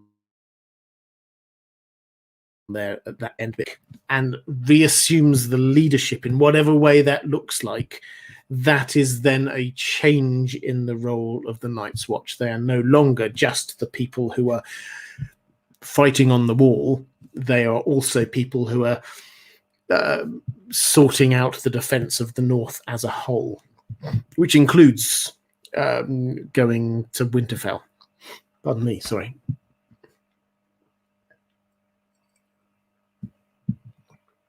Andrew Kay saying, the first Night's Watch was the force that fought against the others to help beat them back, but did not have an HQ yet, which would be the wall. Yeah, that's my working assumption for where we're at, based on the clues that we have. It's never written down exactly, but that's the general assumption that I think we have to take forward from the information we've got. The Mara Lee, so it is said that the children of the forest used powerful magic in a futile attempt to end the invasion by the first men. What did the children of the forest do? So it seems to me likely that the Hammer of the Waters probably, we went through this a little bit ago and said that yes, it's possible that this was just a natural event. Probably they did some magic that caused the Hammer of the Waters to happen. Now, that may be connected in with the introduction of the others or not, but that was massive. This was changing the continents. This was huge amounts of magic. Now, when you're talking about the powerful magic in a futile attempt to end the invasion by the First Men, I think that they would not, in their perspective, see what they did as futile. What they did was yes, the first attempts did not seem to stop the flow of first, but they did something that brought the First Men to the negotiating table, that brought them to the Pact, that actually made the First Men not just accept that the children of the forest could carry on living, not just accept that the children of the forest could keep these bits of land, but change their entire religion to that of the children of the forest. And the first part of the Age of Heroes is one where the First Men and the children of the forest worked together. The Pact held through that bit there. But scrolling it back, what magic did they do?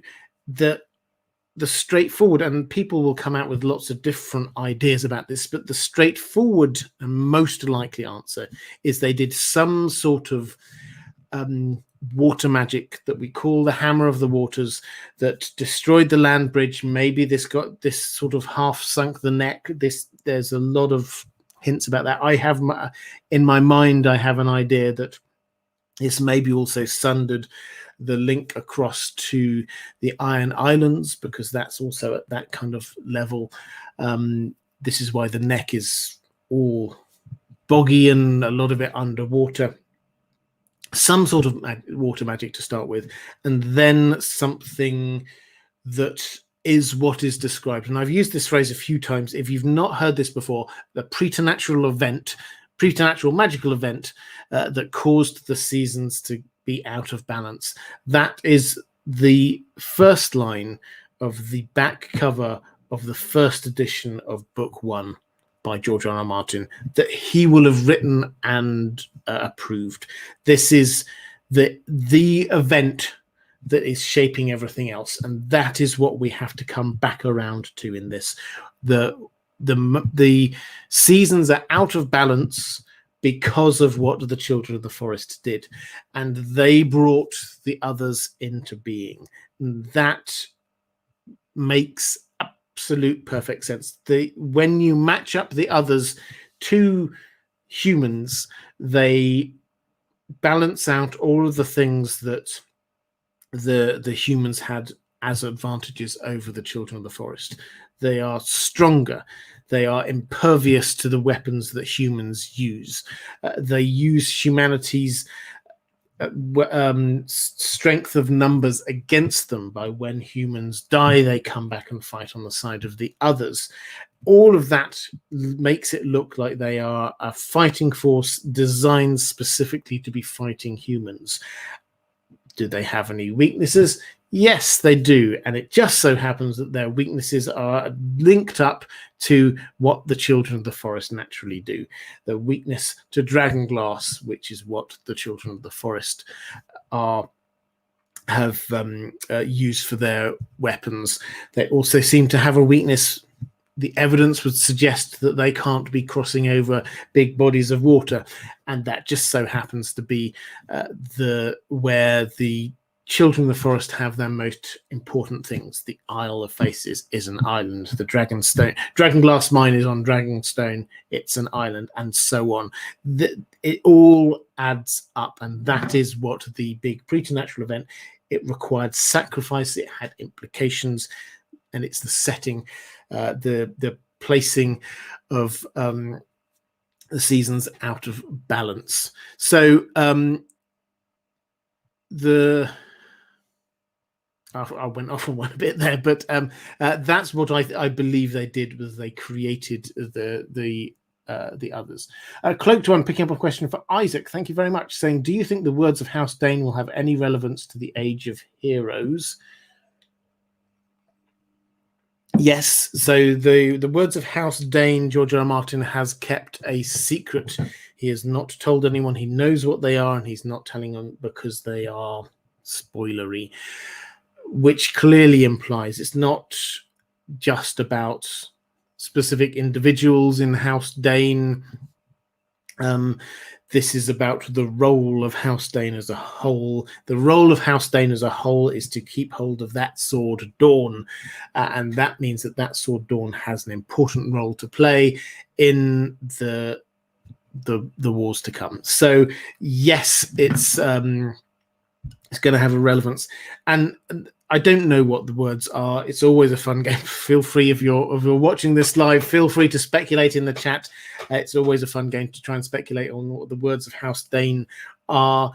But there will be something, I'm sure there'll be something along the lines of, with this sword, we end the long night, or something along those lines. That it won't be that straightforward, but it will be that feel, because everything, the sword is dawn, that it's the sword of the morning.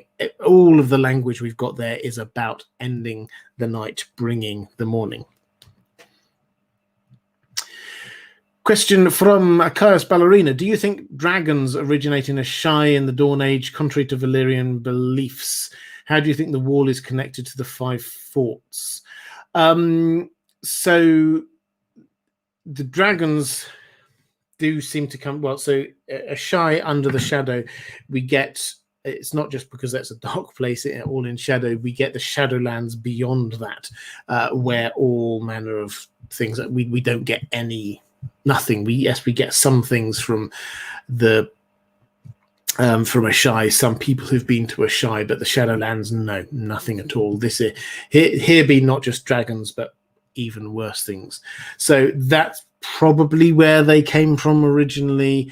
The knowledge of dragons certainly seems to be in a shy. That's where Aegon V sent for people with knowledge of how to hatch dragon eggs. That's where, before George R. R. Martin seems to have changed his mind on this, that's where Quaithe was wanting to send Dany to learn about herself and her heritage and her future. So Asshai is certainly the place of knowledge of dragons. So yes, they did certainly seem to come from there. In terms of how the wall is connected to the 5 forts, the 5 forts are right on the far side of Yi, and they are massive forts. They have the same kind of feel to the wall as a kind of a defensive structure against who knows what, the other side, because that's where the map ends, the maps that we have of Essos. And the Yi does have legends, probably the biggest legends that we have been told outside of Westeros and Azor Ahai about what happened in the long night. So, and they talk about, and the language is very different, and the imagery and symbolism is very different, but they do talk about invasion of the big nasty Gribblies in the same way that Westeros has invasion of the big nasty Gribblies. And so it kind of makes sense, if Planetos is a globe, as we're told it is, that maybe the others attacked down 2 ways to the south, not just heading down Westeros. So yes, the feel of the 5 forts is very much the same as with the feel of the wall as a long-term protection against any further attack from that direction. But we've now forgotten, long lost the knowledge of what it was that the protection is there from, and now it's just up against whoever happens to be on the other side.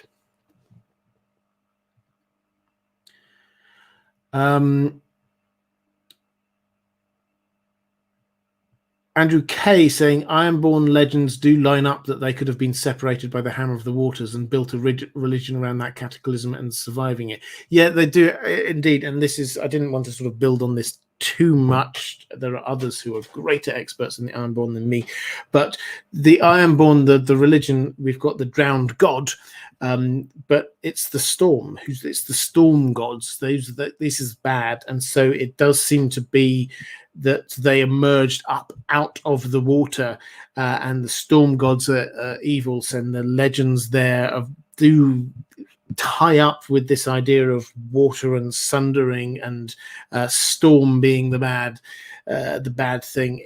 It does kind of work, and the Ironborn themselves probably come from the first men, the same kind of original genetic stock as the first men, which explains how someone like Euron, for example, can have these kind of twisted green seer powers that he has got.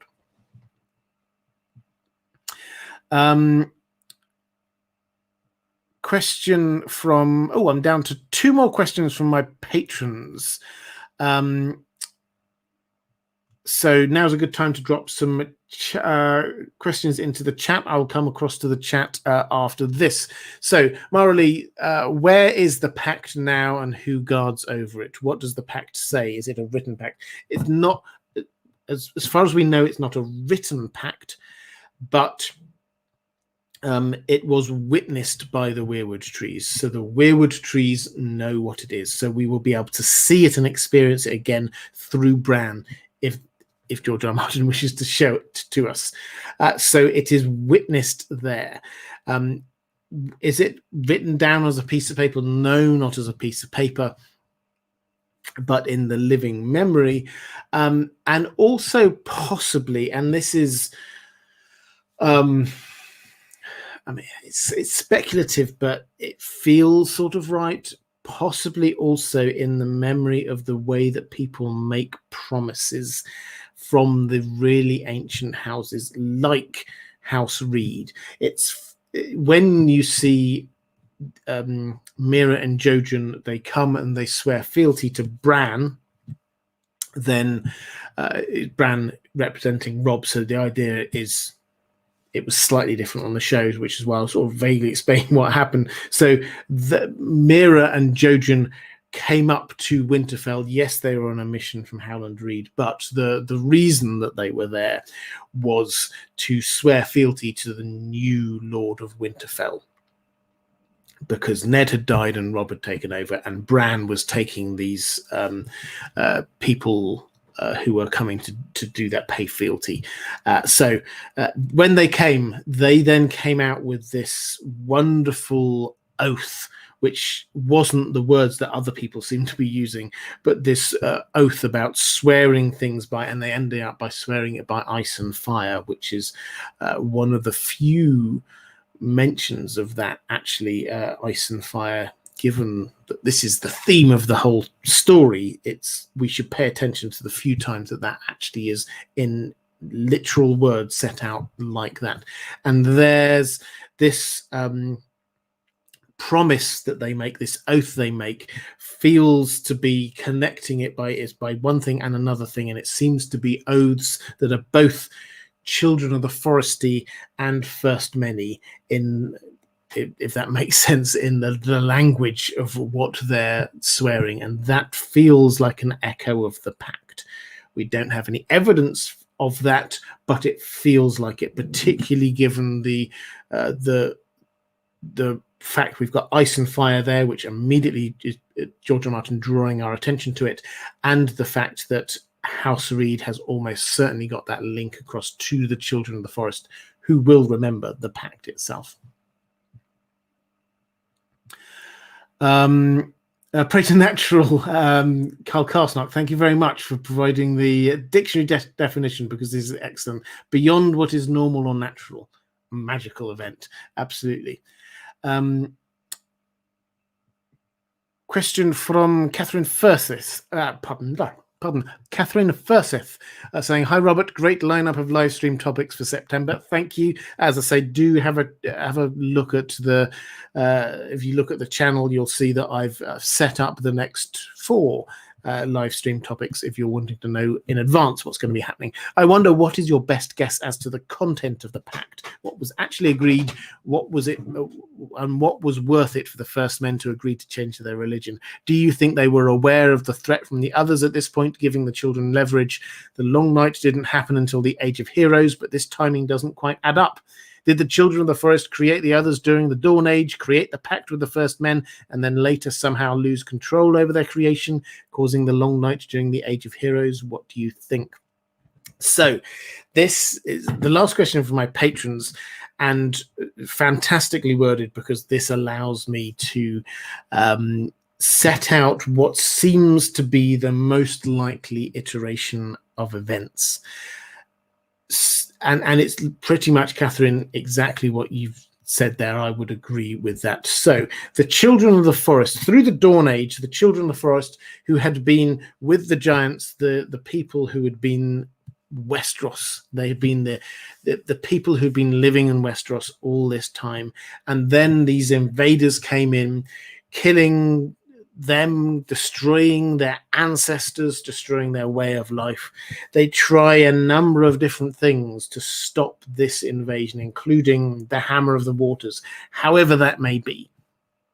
Trying to stop the new people coming in, trying to stop them moving north. We don't know all the details, but these were huge bits of magic. This was not working. The first men were still pushing onwards and upwards, north into Westeros. The children of the forest were going to lose this. The first men would have known that already. The balance of power had shifted, so they could do now perhaps one final big magical thing.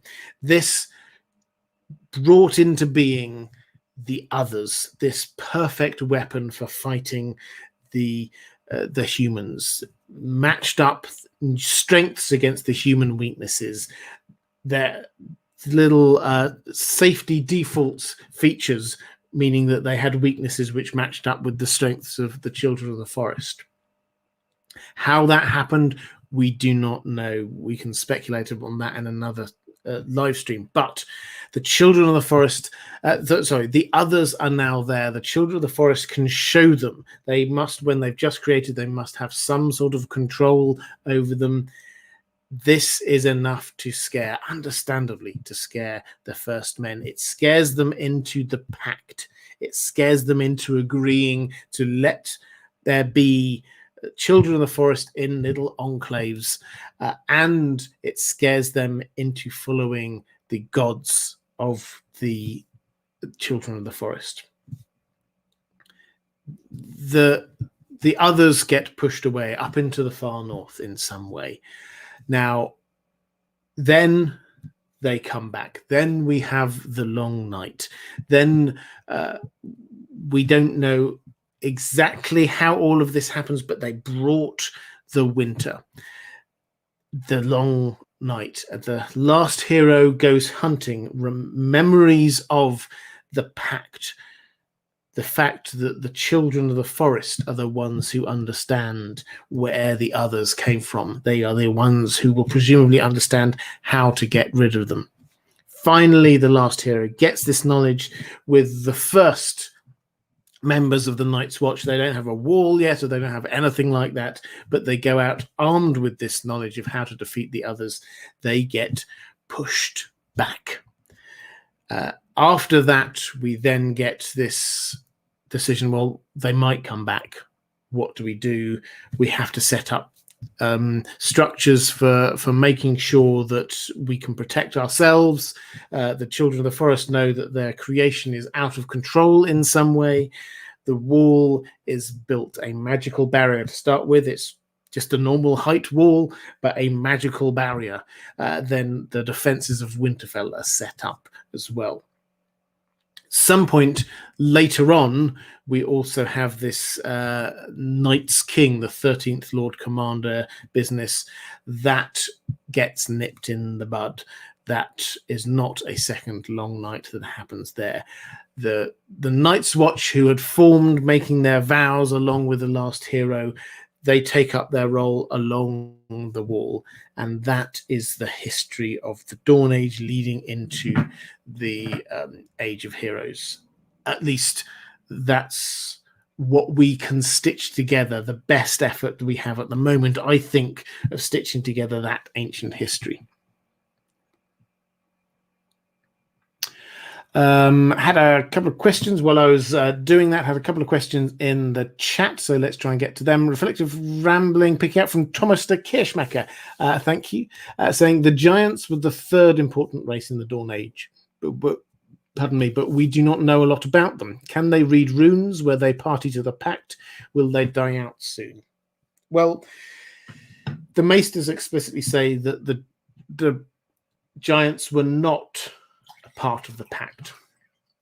Now, this certainly seems to imply that either they weren't as intelligent, so they weren't sort of there to be part of this kind of discussions, or they were so small at the time, not size-wise, obviously, but insignificant in number, that they weren't the important actors here, or they were on one side very clearly.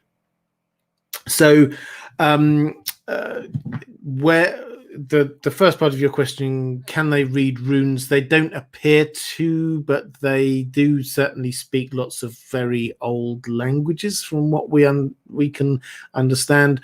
Were they party to the Pact? No. Will they die out soon? Yeah, so I think almost certainly this is one of those things that's going to happen, I think, is that we're seeing the end. 1-1 is still alive in the books, but I think we're going to see the end of the Giants. That the magic is not going to go out from Westeros, from Planetos, but a lot of the old races are going to be dying out. Will Stack saying, talking of wall magic, would the death of Jon plus wall magic be the most powerful potential source of King's blood seen to date?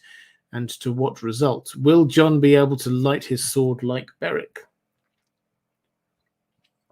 Well, so yeah, Jon, the death of Jon would indeed be a sacrifice, but nobody, I think, yes, we need sacrifice, but we also seem to need intentionality here. This for magic across the piece. There's the great mystery of Beric Dondarrion's first resurrection, but I'm going to leave that one to one side. Generally speaking, magic needs sacrifice and intentionality. They need to be thinking, I'm doing some magic here. Now, so Jon being killed is probably not in and of itself enough. Nobody knows that he's a king, so nobody's there going, right, this is a sacrifice, we're now going to perform some magic. The person who might perform some magic would be Melisandre, but she doesn't seem to be at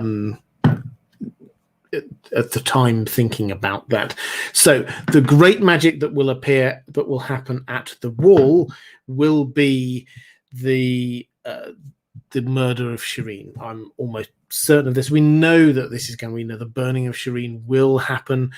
We don't know all of the ins and outs of exactly when and where, but the idea that this is doing weather magic seems to make sense, because at the moment Stannis's army are suffering, hugely suffering. Yes, they're probably about to have some sort of a small victory against the forces that have just been sent out against them. We've got a small expeditionary force that's been sent out by Roose Bolton to attack Stannis, and this is made up of the Mandalese and the Freys, who he basically just wants to get rid of both of these warring factions out of the walls of Winterfell, and he sends them both off. The Mandalese are going to turn on the Freys, and they're going to team up with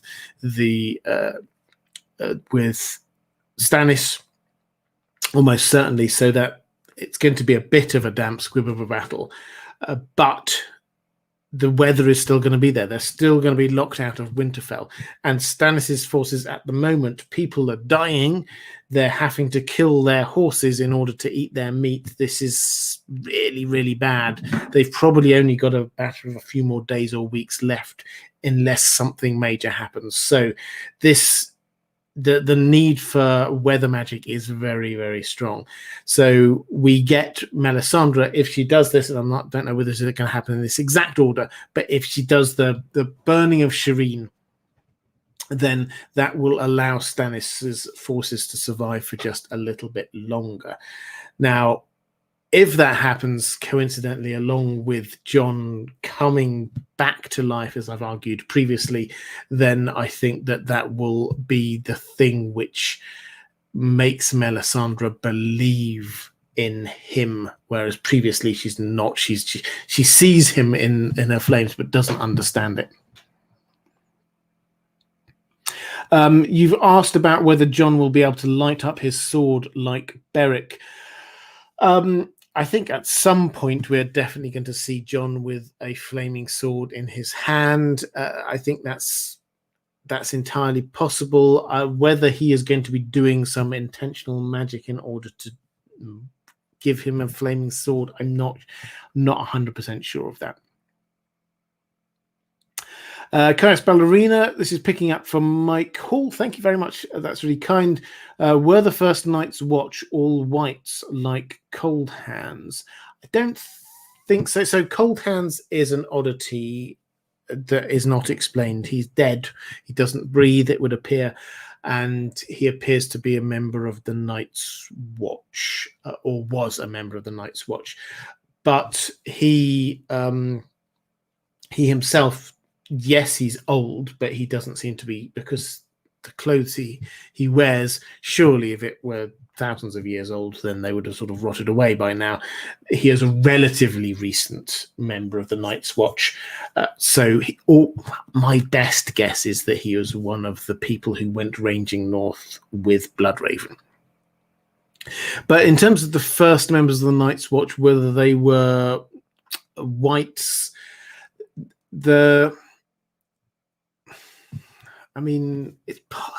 it's possible, but the question we have to ask ourselves is, what is the bit of information that the last hero gained from the Children of the Forest that allowed him to turn the tide of the battle? What is it that he managed to do? What magic did he get? What was it? Was it? And this is where, and I sort of hesitated over answering this because this is complete realms of speculation. Was it how to prevent the whites from going onto the side of the others? If you could find a way to prevent the bodies of dead, slain humans from suddenly turning up and attacking you, then that would shift the balance of power within the war. That seems to be what's happened with Cold Hands. He's definitely dead, but he is not a white.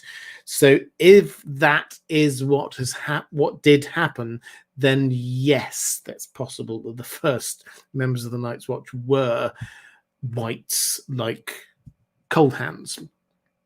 But that's now long in the past and long forgotten if that is the case. And as I say, it's pure speculation just based upon things that kind of make sense. There's no evidence in the text for it, I would personally suggest. Alex Turley saying, love the show. Thank you. Is there any evidence of technological change since the Dawn Age? Westeros seems to be developing unnaturally slowly. It is. It's not just Westeros, it has to be said. Essos also is developing relatively slowly. You get some parts of Essos that do seem to have slightly more advanced technology. So we have Mir, who seem to have got some advances in optics, for example. We get Bravos, who seem to worked through specialization of labor and mass production. They can produce a warship in a day in their arsenal there. So there are some things here. There's lots of hints that Yi Ti is probably quite technologically advanced compared to the parts of the world that we know. So there are some bits of Essos that have developed more, but it's not massively different. The biggest shifts are the change in type of sword and metalworking, moving on to steel and things like that. There have been some shifts from iron up to steel, and then we get Valyrian steel, the next one, which seems to have happened. Obviously, the secret was kept over in Valyria, but the main point that you're making, no, there is no huge shift in technology. There are some things here and there you go that clearly they've improved how they, in the Dawn Age, they seem to have existed in mud huts. They had ring forts, so building technology has definitely improved in the time since then. The castles that have been built more recently, even non-magical ones, when you get things like the Eyrie, that's pretty impressive when you think about how you build a castle on top of a mountain like that. Winterfell is itself quite an astonishing architectural feat. It's not integrated as a whole, but getting the hot boiling water which comes up from underground and getting that going around through the walls to keep the castle itself warm, that's pretty impressive. Then there are examples of this dotted around that, yes, there are some bits of technological advance, but it is moving quite slowly. Most recently, this does seem to be the Maesters who are keeping knowledge to themselves, preventing the expansion of knowledge to the wider populace, and that is slowing down the rate of technological advance.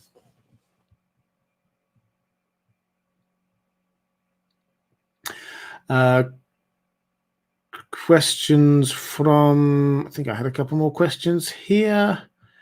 Yes, here we go. Mara Lee, again, Mara, very generous, Mara, thank you. Is the reason why the North remembers have anything to do with regard to this pact between the Children of the Forest and the First Men that was made during this time frame? So the North remembers is it's a catchphrase. What they remember is, I don't think it's a specific thing. We remember a moment in history or something like that.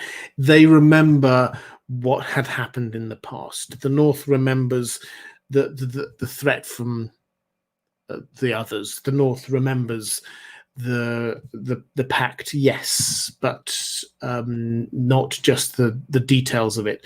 The point of this that George R. R. Martin is trying to show us right from the beginning is the North does not remember. The North has largely forgotten.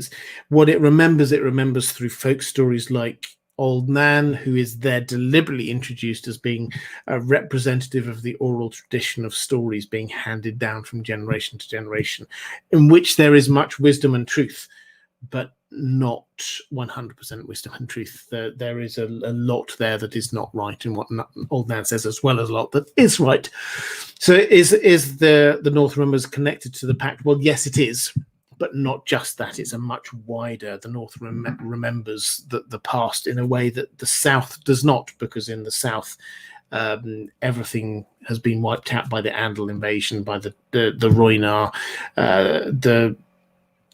when the Valyrians came in, there'd been invasion after invasion after invasion. Things changed. The old ways have been lost.